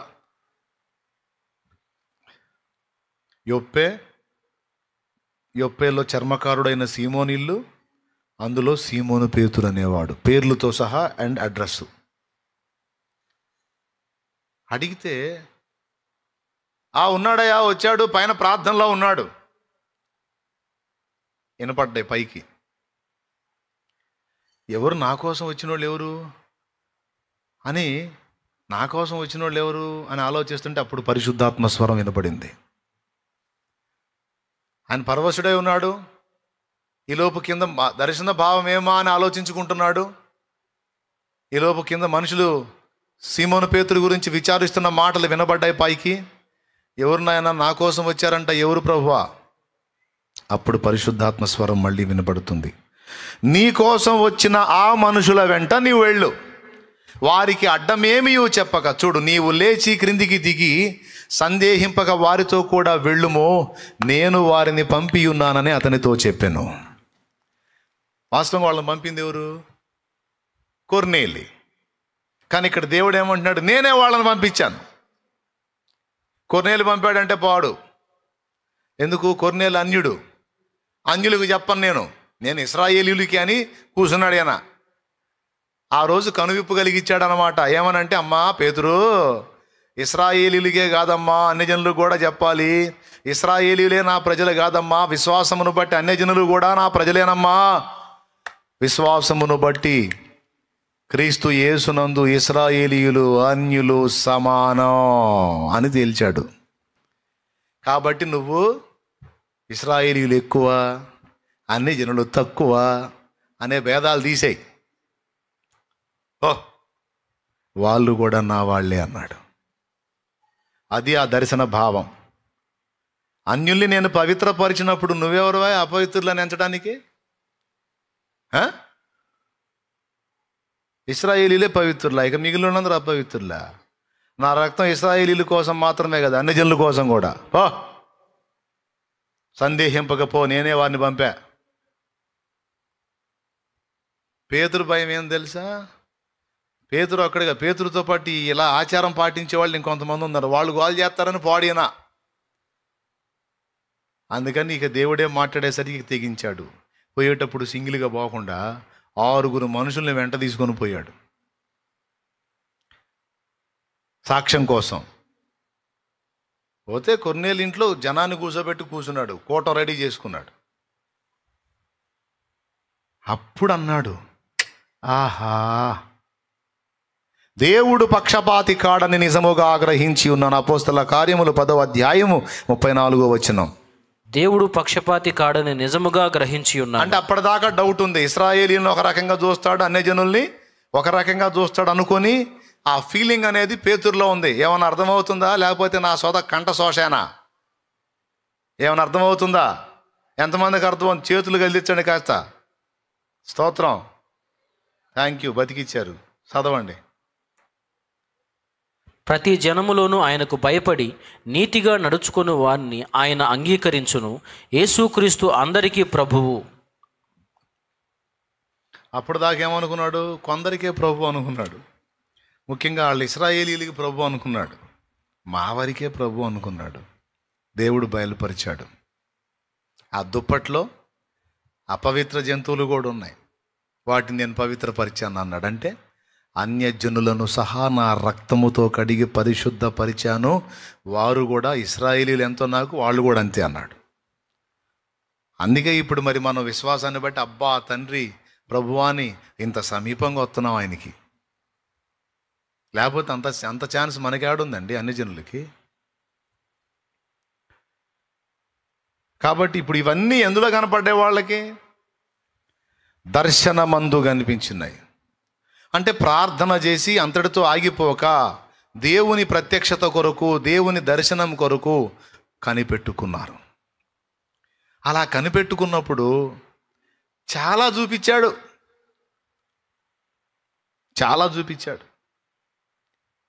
ఫిలిప్పుతో అంటాడు, నువ్వు లేచి యెరూషలేము నుండి గాజాకు వెళ్ళే మార్గం కలుసుకో, పద పద పద అంటాడు. దర్శనంలోనే, స్వప్నంలో, దర్శనంలో వాళ్ళ మనసంతా దేవుడు ఎప్పుడు పిలుస్తాడో, ఏం మాట్లాడతాడని ఎప్పుడు కనిపెట్టుకుంటూ ఉండేవాళ్ళు. అలా దేవుని తలంపులతో, దేవుని ఆలోచనలతో నింపుకునేవాళ్ళు. ప్రియులారా, దేవుడు అలా కనిపెట్టుకునే వాళ్ళకి చాలా చూపిస్తాడండి. అంత భక్తి, దేవునితో అంత కనెక్టింగ్లో ఈరోజు చాలామంది విశ్వాసులు లేరు. జరిగినవి చూపిస్తాడు, ఎలా జరిగినాయో చూపిస్తాడు, జరుగుతున్నాయి చూపిస్తాడు, జరగబోయే చూపిస్తాడు. ఆయనకి నువ్వు ఎంత అందుబాటులోకి వెళ్తావో అంత అద్భుతంగా చాలా చూపించాడండి నాకు. మీరు నమ్మండి, నమ్మకపోండి, మీరు నమ్మకపోండి, మళ్ళీ చెబితే ఏమన్నా కష్టాలు అనుకుంటారేమో కానీ ఈసారి ఏ పార్టీ అధికారంలోకి రాబోతుందో కూడా చూపించాడు ముందే. నేను అది చెబితే ఎవరు నమ్మరని చెప్పలా. దేవునికి స్తోత్రం. క్లియర్గా చూపించాడు. గ్రామాలలో గోడలకి ఆ రంగు వేస్తున్న దర్శనం చూపించాడు నాకు స్పష్టంగా. అయితే నాతో ఉన్న వాళ్ళకి చెప్పా, కొంతమంది సాక్షులు ఉన్నారు, బయటికి చెప్పలా. ఎందుకు? ఏమో నేను ఊహించుకున్నానేమో అట్లా. కానీ అందరి మనసు ఎట్టుంది? ఒక పార్టీ వచ్చిందని. కానీ నాకు చూపించిన దర్శనం పక్కా రివర్స్ ఉంది. ఖచ్చితంగా దాన్నే దేవుడు తెర మీదకి తెచ్చాడు. చూడండి, నా దేవుడు తన వాక్యం నెరవేరుస్తాడండి. అందుకే మొండికిపడి ప్రార్థన చేసి కనిపెట్టుకుంటూ ఉంటాను దేవుని పాదాల దగ్గర. కొన్నిసార్లు ఆమోసు గ్రంథం 3:7 వాక్యాన్ని నెరవేరుస్తాడు. పిచ్చిమార చూపిస్తాడండి, చాలా చూపించాడు నాకు. అయితే అవన్నీ ఎచ్చులుగా ఓవర్ యాక్షన్గా చెప్పను నేను. అట్ట వీడు చెప్తాడు అనుకుంటే చూపించాడు. మళ్ళీ ఎందుకు వచ్చిన గొడవ? పౌలుకి 14 ఏళ్ల క్రితం ఒక దర్శనం కలిగితే 14 ఏళ్ళు బయట పెట్టలా. అంత గోప్యతను మెయింటైన్ చేశాడు ఆయన, అంత రహస్యాన్ని మెయింటైన్ చేశాడు. మనకు ఆగిద్ది ఉదారం. అసలు అంత చూపిస్తే చాలు, నాకు చూపించాడు ఏందమ్మా ఉదారం ఆగదు. అట్ట ఉదారంగా హడావుడి పడే వాళ్ళకి తొందరపడి చూపించాడు. ఎందుకంటే వీడందరికీ డబ్బా కొడతాడు. నీకు చూపించినా తట్టుకొని నిలబడాల సైలెంట్గా. చెబుతాడు కూడా, జరగబోయే కూడా చెప్తాడు. అసలు ఆ ఇష్టం ఆయనకి, అలా మనకు అన్నీ చెప్పుకోవాలని ఇష్టం ఆయనకి. ఆయనకి అందుబాటులోకి వస్తే అట్లా చెప్పుకుంటాడు. ఆయన చెప్తాడు, దాచిపెట్టాడండి. నేను చేయబోవున్నది అబ్రహామునకు దాచెదనా అన్నాడు. ఇప్పుడు వేసిన వచనం చూస్తారా ఒక్కసారి? ఆమోసు గ్రంథం 3:7 చూడు. తన సేవకులైన ప్రవక్తలకు తాను సంకల్పించిన దానిని బయలుపరచకుండా ప్రభు అయిన యెహోవా ఏమీయూ చేయడు. దేవునికి స్తోత్రం. చూసారా ఏముంది ఆ మాట? అండర్లైన్ చెయ్యి, చూసి వదిలేత్తట. మళ్ళీ చదవాల్సిన మాట అది. తన సేవకులైన ప్రవక్తలకు తాను సంకల్పించిన దానిని బయలుపరచకుండా ప్రభు అయిన యెహోవా ఏమీయూ చేయడు. అబ్బా, ఏం మాట అండి అది! తన సేవకులైన ప్రవక్తలకు ఆయన బయలుపరుస్తాడట. ఏం సంకల్పించాడో చెబుతాడట. చూచాయగానైనా అందించి చేస్తాడు. ఏంది ప్రభువా ఇట్లా చేశావు అని రేపు మనం అన్నాం అనుకో, నేను ముందే చూపించాగా నీకు.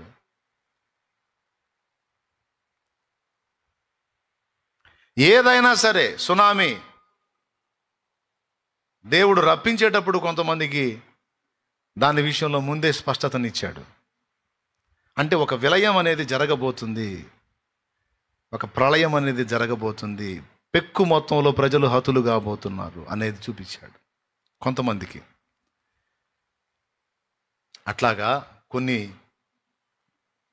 విషయాలు ప్రపంచం మీదికి రప్పించే సంగతులు, దేశాల మీదికి రప్పించే సంగతులు, రాష్ట్రాల మీదికి రప్పించే సంగతులు తన దాసులైన ప్రవక్తలు, తన సేవకులైన ప్రవక్తలకు, తన పిల్లలకు చెప్పుకుంటాడు దేవుడు. అబ్రహామును గురించి ఏమన్నాడు చూడండి. ఆదికాండం 18వ అధ్యాయంలో, నేను చేయబోవున్నది అబ్రహామునకు దాచెదనా, నేను దాచను, అబ్రహాముకు చెప్పాల్సిందే అని చెప్పాడు. దేవుని మనసు అది. ఇంటికి పోయి చదువుకోండి, ఆదికాండం 18 ఉంటుందిలే ఆ మాట. యాడికి పోదు, బైబిల్లోనే ఉంటుంది. కానీ ఒక్క మాట గుర్తుపెట్టుకో సోదరా, దేవుణ్ణి అలాగా కనెక్ట్ అయ్యి, హలో ఇప్పుడే దర్శనాలు చూసేవాళ్ళ సంగతి పక్కన పెడుతున్నాను, మెలుగుతున్న వాళ్ళందరూ వినండి జాగ్రత్తగా. దేవునితో మనసు అలా కనెక్ట్ చేసుకొని దేవుని ప్రత్యక్షతల కొరకు అలా కాచుకోవటం అలవాటు పడిన వానికెల్లా తప్పనిసరిగా దేవుడు బయలుపరుస్తాడు. అయితే బయలుపరిచినప్పుడు ఉప్పొంగే మనసు ఉండకూడదు. ఎలా మెయింటైన్ చేయాలా దాని రహస్యాన్ని అంటే, ఇప్పుడు ఏం జరుగుతుంది, కొంచెం దేవుడు చూపించాడు అనుకో, దాన్ని ఎచ్చులుగా చెప్పుకోవడం ఎక్కువ అవుతుంది. అలా చెప్పుకొని ఘనత పొందడానికి ట్రై చేస్తున్న పరిస్థితి ఉంది.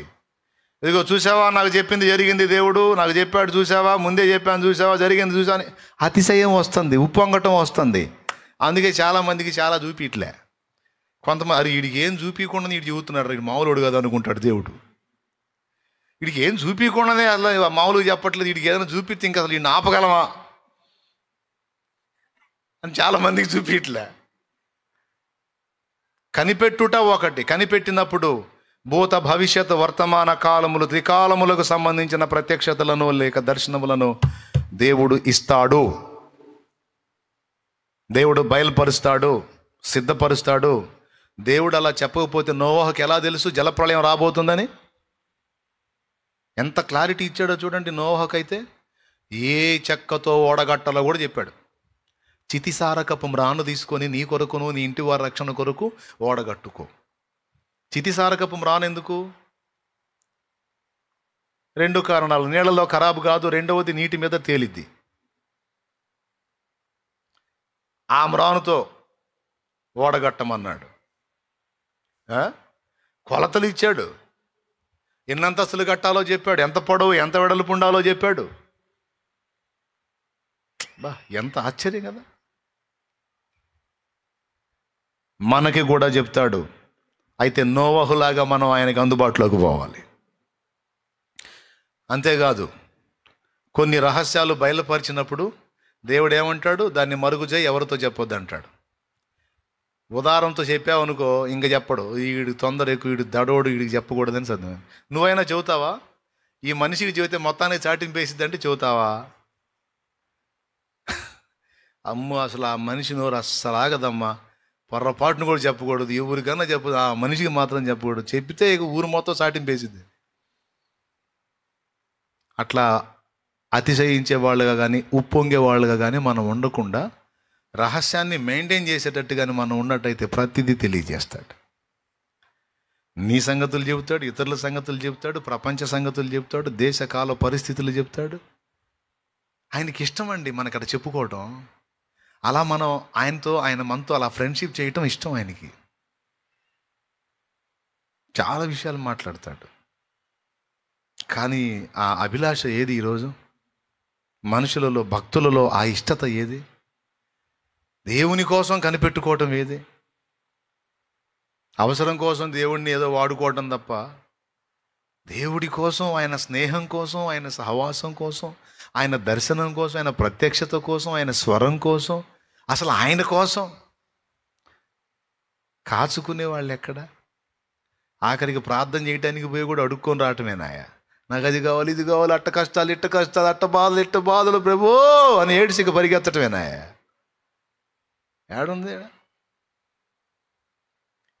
నువ్వు కావాలి ప్రభువా. చూడలేని మహిమ రూపమా, నిన్ను చూడాలి, నువ్వు కావాలి, మాట్లాడాలి, శుభవార్త చాటిన సుందర పాదమా, నిన్ను తాకాలి, ముద్దాడాలి, మురిసిపోవాలి అని అడిగే భక్తులేరి. నువ్వు కావాలి, నిన్ను చేరాలి, నిన్ను తాకాలి. ఇందాక పాడాం, కావాలి కావాలి అనే పాట పాడుతానే పోతుంటమే. అది కావాలన్నోడు ఏమంటాడు దేవుడు? కావాలి కావాలని పాడితే నువ్వు రావాలి రావాలి, నా సన్నిధిలోనికి రావాలి అని ఆయన పాడుతుంటాడు. మనమే వద్దొద్దులే, నేను రానులే కానీ కావాలి కావాలి యేసు అని పోతుంటాడు. మరి కావాలంటా పోతా పిచ్చోడా? దేవునికి స్తోత్రం కలుగును గాక. ఎంతమందికి అర్థమైంది? ఇలాగ నేను జస్ట్ కొన్ని నిరూపణలే చూపించాను, ఇంకా చాలా ఉన్నాయి. అననీయ, సౌలు, కొర్నేలి, పేతురు, అలాగే పౌలు కట 14 సంవత్సరాల క్రితం మీరు నా సాక్ష్యాన్ని ప్రశ్నించారు కనుక ఇలా చెప్పుకోక తప్పట్లేదు. అతిశయపడ తగదు కానీ అతిశయపడవలసి వచ్చింది కాబట్టి చెబుతున్నాను. నన్ను తక్కువ అంచనా వేయొద్దు. ఒక మనుషుని నేను ఎరుగుదును, నేనే అని చెప్పట్లా, నాకు తెలిసిన ఒకడు ఉన్నాడు. అతడు శరీరంతో కొనిపోబడ్డాడో శరీరం లేక కొనిపోబడ్డాడో నాకు తెలియదు, కానీ మూడవ ఆకాశాన్ని కొనిపోబడ్డాడు. అక్కడ దేవుని పరదైసులోనికి వెళ్ళాడు. అక్కడ వచింపసఖ్యము గాని మాటలు విన్నాడు. అంటే ఎవరికి చూపించాడో తెలుసా? దేవుడు పౌలుకి. యాడికి తీసుకెళ్ళాడు తెలుసా? పరదైసుకి. పరదైసుకి తీసుకెళ్ళాడండి పౌల్ని. ఆయనకి మన మీద ఇంట్రెస్ట్ కలిగింది అనుకో, పౌల్లాగా మనం కూడా రహస్యాన్ని మెయింటైన్ చేయగలం, కంట్రోల్ చేసుకోగలం అని అనిపించింది అనుకో, ఆయనకి ఇష్టమైతే మనల్ని కూడా తీసుకెళ్తాడు. ఆయన అంతసేటు కనిపెట్టే అంత ఏడంది లేడా? కనిపెడితే ఓకే, దేవునితో అలా కనెక్ట్ అయితే తిరుగులేదు. ఆ మనిషి తనకు తన ఇంటి వారికే కాదు, సమాజానికే అతడు దీవెనకరం అవుతాడండి. అలాంటి స్త్రీ అయినా, అలాంటి పురుషుడైనా, అలాంటి భక్తిపరులు అలాంటి మెట్టు ఎక్కితే వాళ్ళు సమాజానికే దీవెనకరమైన పాత్రలు అవుతారు. ఎందుకంటే వాళ్ళ స్నేహం దేవుడితో ఏర్పాటు చేసుకున్నారు. ఇప్పుడు కూడా నేను ఎందుకు బయట పెట్టానంటే, దేవుడు చూపిస్తాడు, అది నాకు ముందే బయలుపరచబడిందని, అది నెరవేరింది కాబట్టి ఇప్పుడు ఓపెన్ అయ్యా. నెరవేరక ముందు ఓపెన్ అవ్వాలా. ఏమో నేను భ్రమపడ్డానేమో, మళ్ళీ డౌటు, మళ్ళీ ఒక పక్కన నిశ్చయత, మళ్ళీ దేవునాత్మ గద్దింపు. భ్రమ కదది, నేను చూపించింది నిజం, జరిగిద్ది అంతే. ఆ మొక్క చెబితే జనం ఊరుకుంటారు. ఇప్పుడు అందరూ మహాపిచ్చి మీద ఉంటే, వాళ్ళు ఏ పిచ్చి మీద ఉన్నాయి, ఇదిగో ఈసారి రాబోతుంది, ఇది జరిగిద్ది చూడు, కన్ఫామ్. ఆశ్చర్యం. నెరవేరింది కాబట్టి ఇప్పుడు డౌట్ లేకుండా చెప్పా. మనం డౌట్ పెట్టుకుంటాం, కానీ ఆయన పక్కా చూపిస్తాడు. ఎంతమందికి ఆశకుంది అలా దేవునిలో ఎదగాలి, అలా ఆయనతో కనెక్ట్ అవ్వాలి, అలా కనిపెట్టుకోవాలి, అలా దేవుని ముందు కాచుకోవాలి, అలా చూడాలి అని ఆశ ఎంతమందికి ఉంది? చేతులు ఎత్తండి. నిజంగా ఉందా? అట్లయితే ప్రయత్నించండి, కనిపెట్టండి. దేని కొరకు కనిపెడతారు? దేని కొరకు కనిపెడతారు? దేవుని దర్శనము కొరకు కనిపెట్టండి. ఇప్పుడు ఇలా దర్శనం స్వప్నం అన్నానని ఇక మీ కంటికి కనపడ్డ దర్శనం వల్ల స్వప్నం వల్ల దేవుడే చూపించాడని భ్రమపడ్డారంటే భయపడతారు. ఇప్పుడు ఇక దర్శనానికి స్వప్నానికి అలవాటు పడ్డావు అనుకో, ఇక సైతానుగాడు ఎంటర్ అవుతాడు. ఎంటర్ అయ్యి వాడు నీకు దడబుట్టే చూపిస్తాడు. అవి దేవుడు చూపించాడని భ్రమపడే ఛాన్స్ ఉంటుంది. గుర్తుపెట్టుకో, దేవుడు చూపించేదానికి సైతాన్ చూపించేదానికి వ్యత్యాసం ఏంటంటే, దేవుడు చూపించేదేమో వాక్యానుసారంగా ఉంటుంది, సాతాను చూపించేదేమో వాక్యానికి భిన్నంగా ఉంటుంది. ఇదే కొలబద్ద. దేవుడు చూపించేది వాక్యానుసారంగా ఉంటుంది, అర్థమైందా? సాతాను చూపించేది వాక్య వ్యతిరేకంగా ఉంటుంది, అండ్ భయం గొలిపేదిగా, భీతి గొలిపేదిగా, మనల్ని కలవరపరిచేదిగా, మనలో అశాంతిని రగిలించేదిగా ఉంటుంది. కానీ దేవుడు బయలుపరిచేది మనకు భీతిని, కలవరాన్ని, అశాంతిని కాదు, కానీ నెమ్మదిని కలిగించేదిగా ఉంటుంది. ఒకవేళ ఒక సమస్య విషయమై దేవుడు మాట్లాడినా సరే దానిలో అభయం ఉంటుంది, దానిలో ప్రార్థనకు పురికొల్పు ఉంటుంది, ప్రేరణ ఉంటుంది. ఇదిగో ఇలా జరగబోతుంది, ప్రార్థన చేయి, నేను తప్పిస్తా. ఏదన్నా నీకు కీడు చూపించాడు అనుకుందాం, ఫర్ ఎగ్జాంపుల్ చూపించాడు అనుకుందాం. ఎందుకు చూపిస్తాడు? దాని విషయమై ప్రార్థన చేయి, నేను తప్పిస్తానని. అప్పుడేం చేయాలో? ప్రార్థన చేసి దేవునికి అప్పచెప్పి వదిలేయాలి.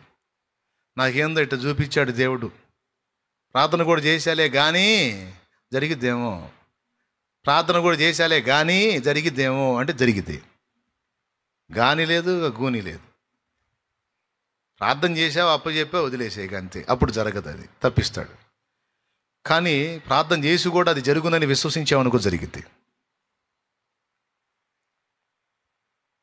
కొలబద్ద ఏంటి మనకి? ఎవరు చెప్పట్లా? అసలు మీకు ఈ అంశం సెట్ కాదేమో, దీన్ని రిసీవ్ చేసుకునేంత కెపాసిటీ మీకు లేదేమో. ఉందా? ఏమో, కానీ చెప్పటం మాత్రం ఫుల్ క్లారిటీ, క్లియర్గా చెప్పా. నిజంగా దీన్ని గ్రహించే శక్తి మీకుంటే ధన్యులు. సో ఇక టపి 4 ముక్కలు చెప్పేస్తాను, ప్రార్థన చేసేస్తాను. ఇక మొట్టమొదటిది దేని నిమిత్తం కనిపెట్టుకోవాలి? దేవుని ప్రత్యక్షత కొరకు, దేవుని దర్శనము కొరకు కనిపెట్టుకోవాలి. ఏమండి? అంతేకాదండి, ప్రార్థన చేసి పరిగెత్తుకు రాకూడదు. దేవుడు తన శక్తితో నింపునట్లు దేవుని శక్తి కొరకు కూడా కనిపెట్టుకోవాలి. దీనికి లేఖనం ఉంది. అపోస్తల కార్యం 1వ అధ్యాయము 4వ వచనం చదువు. ఆయన వారిని కలుసుకొని ఇలాగూ ఆజ్ఞాపించెను, మీరు యెరూషలేము నుండి వెళ్ళక నా వలన వినిన తండ్రి యొక్క వాగ్దానము కొరకు కనిపెట్టుడి. అద్దుగో, ఏం చేయుడి? పరిగెత్తుడి అన్నాడా? కనిపెట్టుడి అన్నాడా? ఏమన్నాడు? పరిగెత్తుడి అన్నాడా? కనిపెట్టుడి అన్నాడా? ఏంటంట వాగ్దానం? పరిశుద్ధాత్మ శక్తి. ప్రార్థన చేసి దేవుని దర్శనం కొరకు కనిపెట్టుకోవాలి. అంతేకాదు, ప్రార్థన చేసి దేవుడు పైనుండి మన మీదికి పంపు శక్తి కొరకు కనిపెట్టుకోవాలి. మూడవది, లేఖనము ధ్యానము చేసి, ప్రార్థన చేసి, అందులో నీకు మరుగై ఉండి అర్థం కాని సంగతుల గూర్చిన ప్రత్యక్షత కోసం కూడా కనిపెట్టుకోవాలి. నీకు అర్థం కాని గలిబి లేదన్నా ఉంటే దానిలో దేవుడు నీకు స్పష్టంగా బోధించినట్లు ఆ ప్రత్యక్షత కొరకు కనిపెట్టాలి. దేవుడు నాకు దీన్ని బయలుపరుస్తాడు, నాకు దీని విషయంలో స్పష్టతనిస్తాడు అని. అలా నాకు చాలా విషయాల్లో క్లారిటీ ఇచ్చాడు దేవుడు. ప్రభు ప్రత్యక్షత కొరకు, ఆయన సన్నిధి కొరకు, ఆయన ప్రసన్నత కొరకు కనిపెట్టుకోవాలి. ఓకేనా? సరే, అవి పక్కన పెడదాం. ఫస్ట్ ఏం చెప్పాను? దర్శనం అని చెప్పాను. ఆ ఒక్కదాని మీద మీ మనసు పెట్టండి. మిగిలింది కూడా గుర్తు రాసుకోండి. శక్తి కొరకు కనిపెట్టుకోవాలి, ప్రత్యక్షత కొరకు కనిపెట్టుకోవాలి, ఆయన సన్నిధి కొరకు, ఆయన స్పర్శ కొరకు.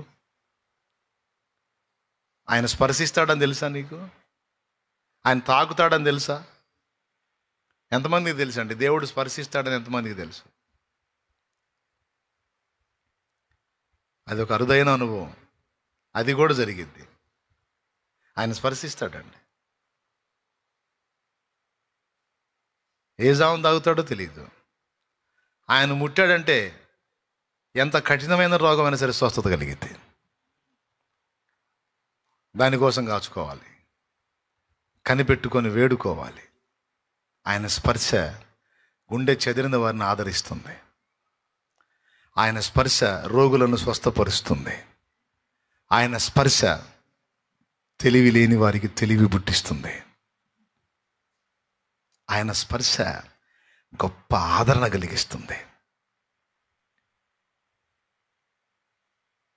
అందుకే తొలకరి కోసం భూతలమంతా ఆశతో చూచినట్లు మనసు మిగులాశతో ఉన్నది. ఆయన స్పర్శ కోసం నా మనసు మిగుల ఆశతో. ఆయన మనల్ని స్పర్శించినప్పుడు ఎంతో స్వాంతన లభిస్తుంది. అన్నిటికంటే ముఖ్యంగా ఆయన మనల్ని స్పర్శించినప్పుడు బరువు అంతా దిగిపోయినట్టుంటుంది. ఎన్ని అనుభవాలే, అనుభవం లేకుండా చెప్పట్లా. ఎందుకో ఈరోజు ఇది చెప్పాలని ప్రేరణ కలిగింది. మిమ్మల్ని ఆ దిశగా నడిపించాలనే ఆలోచన కలిగింది. ఆయనే కలిగించాడు, చెప్పా. సో దేవుని దర్శనము కొరకు కనిపెట్టుట అనేది మొదటి విషయం అయితే, ఒక దర్శనము కలిగి బ్రతుకుట అనేది రెండవ విషయం.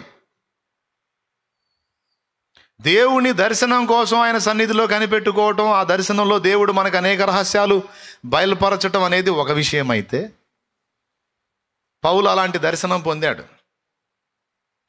ఆకాశం నుండి ఆ దర్శనం కలిగింది. ఆ దర్శనంలో ప్రభువుని చూశాడు, ప్రభు స్వరం విన్నాడు, దిద్దుబాటు చేయబడ్డాడు. ఆ దర్శనంలో ప్రభువు కనపడి తనకొక దర్శనం ఇచ్చాడు. అంటే భారం. మీలో ఎంతమంది ఒక దర్శనం కలిగిన బతుకు బతుకుతున్నారో, ఎంతమంది దర్శనం లేని బతుకు బతుకుతున్నారో మీరు ఆలోచించుకోవాలి. విలియం కేరీ గారు, ఏమిటయ్యా నీ దర్శనం? భారతదేశంలో చాలా భాషలు ఉన్నాయి. నాకు అవకాశం ఉన్నంత వరకు అన్ని భాషల్లోనూ బైబిల్ని తర్జుమా చేసి ఇవ్వాలని నా దర్శనం అండి. ఇప్పుడు అర్థమైందా?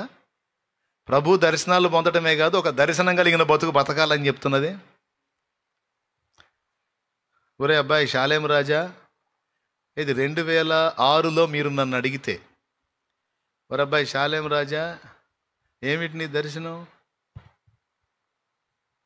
అంటే, ఒక 50 మందినన్నా క్రీస్తు కోసం సంపాదించి ప్రభువుకి అప్పచెప్పి వెళ్ళిపోవాలనేది నా దర్శనం అయ్యా అని చెప్తా నేను. ఇప్పుడు మీ దర్శనం ఏంది? ఇల్లు మొదలు పెట్టామన్నయ్య, 2 స్టేర్లు, పిల్లర్లు పోసాం. ఇక నా దర్శనం ఆ కొంప కంప్లీట్ చేయటమే.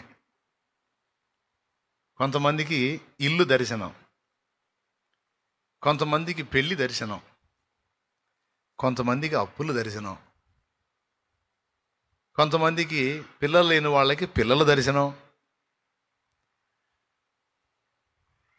అమ్మా మదర్ తెరీసా, ఏమిటి నీ దర్శనం అంటే, దిక్కులేని పిల్లలను, అనాథలను, రోగులను ఎంతవరకు ఆదరించగలను అంతవరకు ఆదరించుట నా దర్శనం. మాటల చేత కాక క్రియల చేత దేవుని ప్రేమను క్రియలో చూపించి ప్రజలను క్రీస్తు వైపుకు ఆకర్షించుట నా దర్శనం.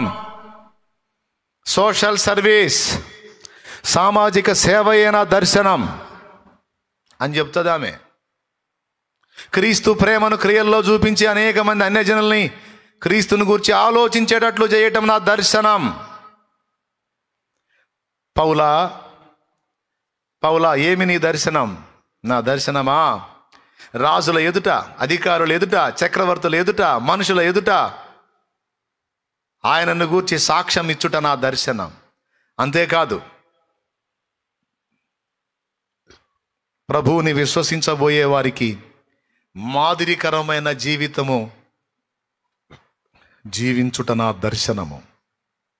2, అంతేకాదు, సంఘమునకు నేర్పరైన శిల్పకారుని వలె పునాదులు వేయుట నా దర్శనం. ఇప్పుడు మనకి సిద్ధాంతపరమైన పునాదులు వేసింది ఎవరో తెలుసా? పౌలే. అది ఆయన దర్శనం. ఇప్పుడు మిమ్మల్ని అడుగుతా, తమ్ముడా ఏంది నీ దర్శనం? ఏం లేదన్నయ్యా, కొద్దిగా అప్పులు ఉన్నాయి, అప్పులు తీసుకొని పెళ్లి చేసుకోవాలి, నా దర్శనం అంటావా? అన్నయ్య దేవుని పని చేయాలి, నేను కూడా సువార్త ప్రకటించి అనేక ఆత్మలను రక్షించి సంఘము కట్టాలన్నది నా దర్శనం అంటావా? అనేక ప్రాంతాలు సంచరించి ప్రభు నామాన్ని మహిమపరుస్తూ ఊరేగిస్తూ శుభవార్త ప్రకటించడం నా దర్శనం అంటావా? చిన్నపిల్లల ప్రార్థనను స్థాపించి సండే స్కూళ్ళ ద్వారా అనేక మంది పిల్లల్ని క్రీస్తు కొరకు ప్రభావితం చేయుట.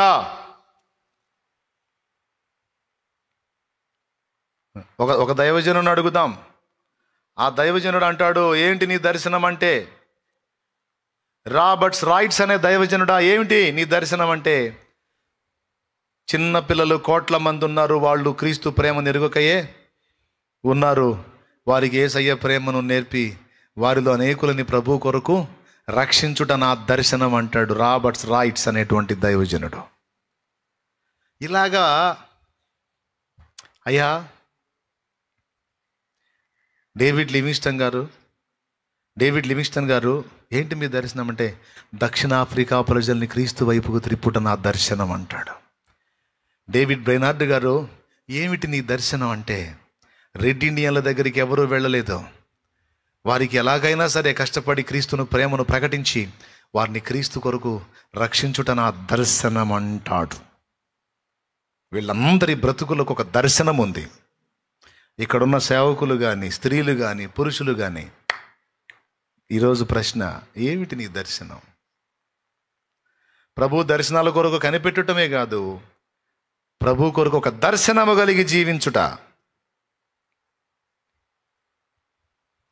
అప్పుడు అడిగినప్పుడు 2006లో మీరు అడిగితే నా దర్శనం 50 మంది ఆత్మల రక్షణ. మరి ఇప్పుడు అడగరుగా? ఇప్పుడు అడగండి, ఏమిటి నీ దర్శనం అని అడగండి. వేలాది మంది దైవ జనులను సిద్ధపరచుట, అన్య జనుల మధ్య వేల కొలది సంఘములను స్థాపించుట నా దర్శనం, నా గురి, నా భారం, నా తపన.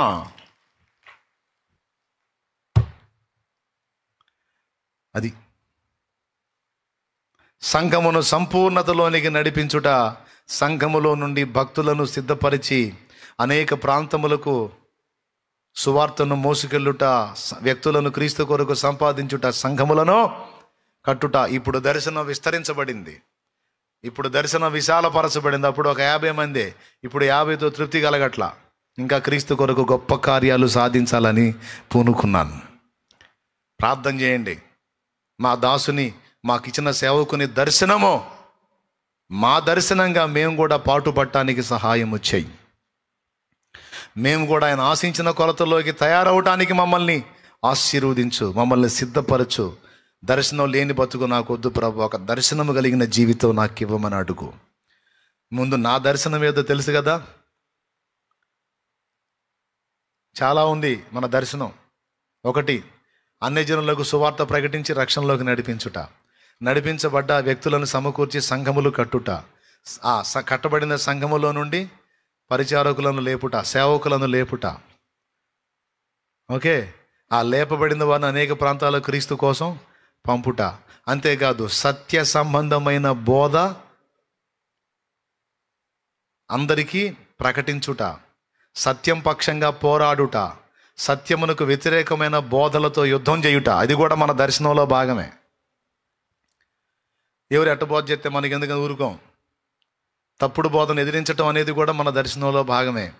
అలా ఎదిరించడం వల్ల కొంతమందికి శత్రువునయ్యా నేను, సత్యం చెప్పటం వల్ల కొంతమందికి శత్రువునయ్యా.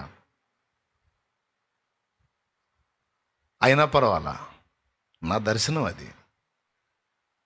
ఎవరో నన్ను ద్వేషిస్తారని నేను వెనకడుగేసే ప్రసక్తి లేదు. నా దర్శనం. ఇప్పుడు ఇక నీ దర్శనం ఏంది? అసలు ఏంటి నీ నీ నీ ఏమన్నా లైఫ్ యాంబిషన్ అంటారు కదా, ఏంటి నీ లైఫ్ యాంబిషన్ ఏంటి? నీ జీవిత లక్ష్యం ఏంటి?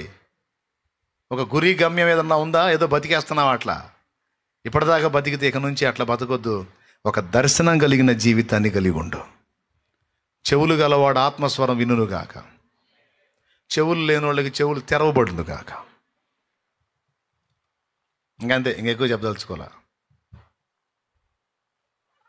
ఎక్కువ చెప్పదలుచుకోలేదా అయ్యా?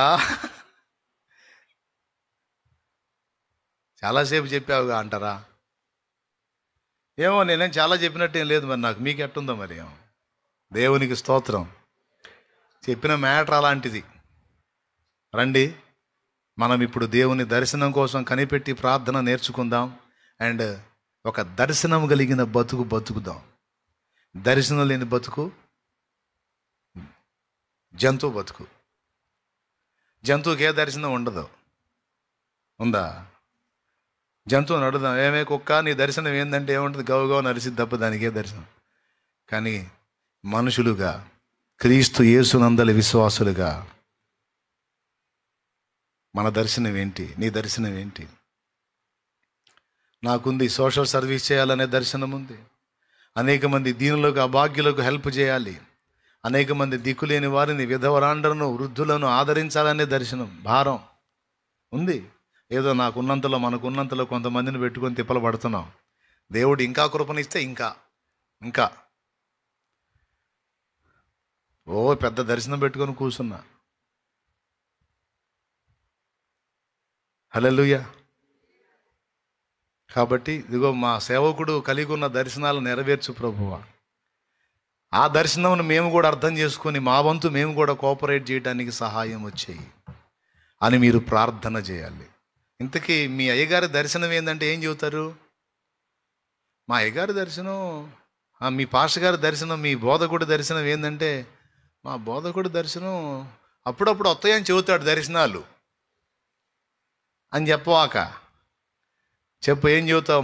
మీ బోధకుడి దర్శనం ఏంటంటే ఏం చెబుతావు? అన్యజనులకు శుభవార్త ప్రకటించి ఆత్మలను రక్షణలోకి నడిపించి సంఘముగా కట్టి పరిచారకులుగా తీర్చిదిద్ది వారిలో నుండి కొందరిని మళ్ళా దేవుని పనికి లేపి దేవుని సేవను విస్తరింపజేయటం ఆ దైవజనుడి దర్శనం. ఆ సందర్భంలోనే సామాజిక సేవ చేయటం కూడా మా దైవజనుడి దర్శనం.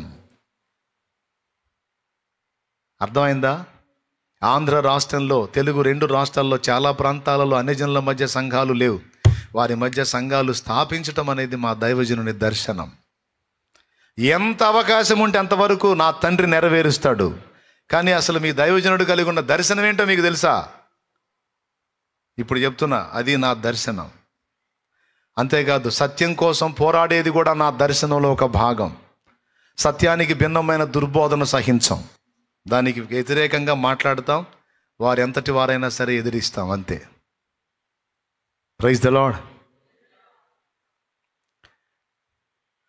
అంత్యకాలపు సంఘానికి దేవుని పనిముట్లను తయారు చేయటం మన దర్శనం. అంత్యకాలపు సంఘానికి యోధులైన పనివారిని ఇవ్వటం మన దర్శనం.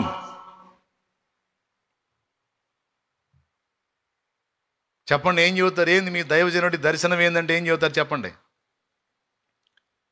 దర్శనం ఏంటంటే, దర్శనం మామూలుగా దర్శనాలు చూస్తుంటాడు, మీకు దండం అట్ట చెప్పకండి. ఇప్పుడు నేను చెప్పినవి చెప్పాలి. అంత చెబితే ఎవడు గుర్తుంటుందా? ఏదో 2 ముక్కలు చెప్పాలి. కానీ ఏమండి, అంత చెప్పాను నేను. నా దర్శనం ఏంటంటే 3 ముక్కల్లో చెప్పా. నంబర్ 1, ఆత్మను రక్షించుట, వారిని దేవుని పని కొరకు సిద్ధపరచుట, సోషల్ సర్వీస్ రెండవది, మూడవది సత్యం కోసం.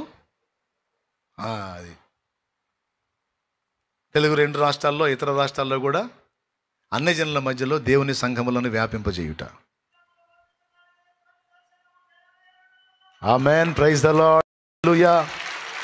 అది అది అది అట్లాగున చెప్పాలి. ఏంటి నీ దైవజనుడి దర్శనం అంటే ఇది అని, ఆ మాటని నువ్వు చెప్పగలిగి ఉండాలి బిడ్డ.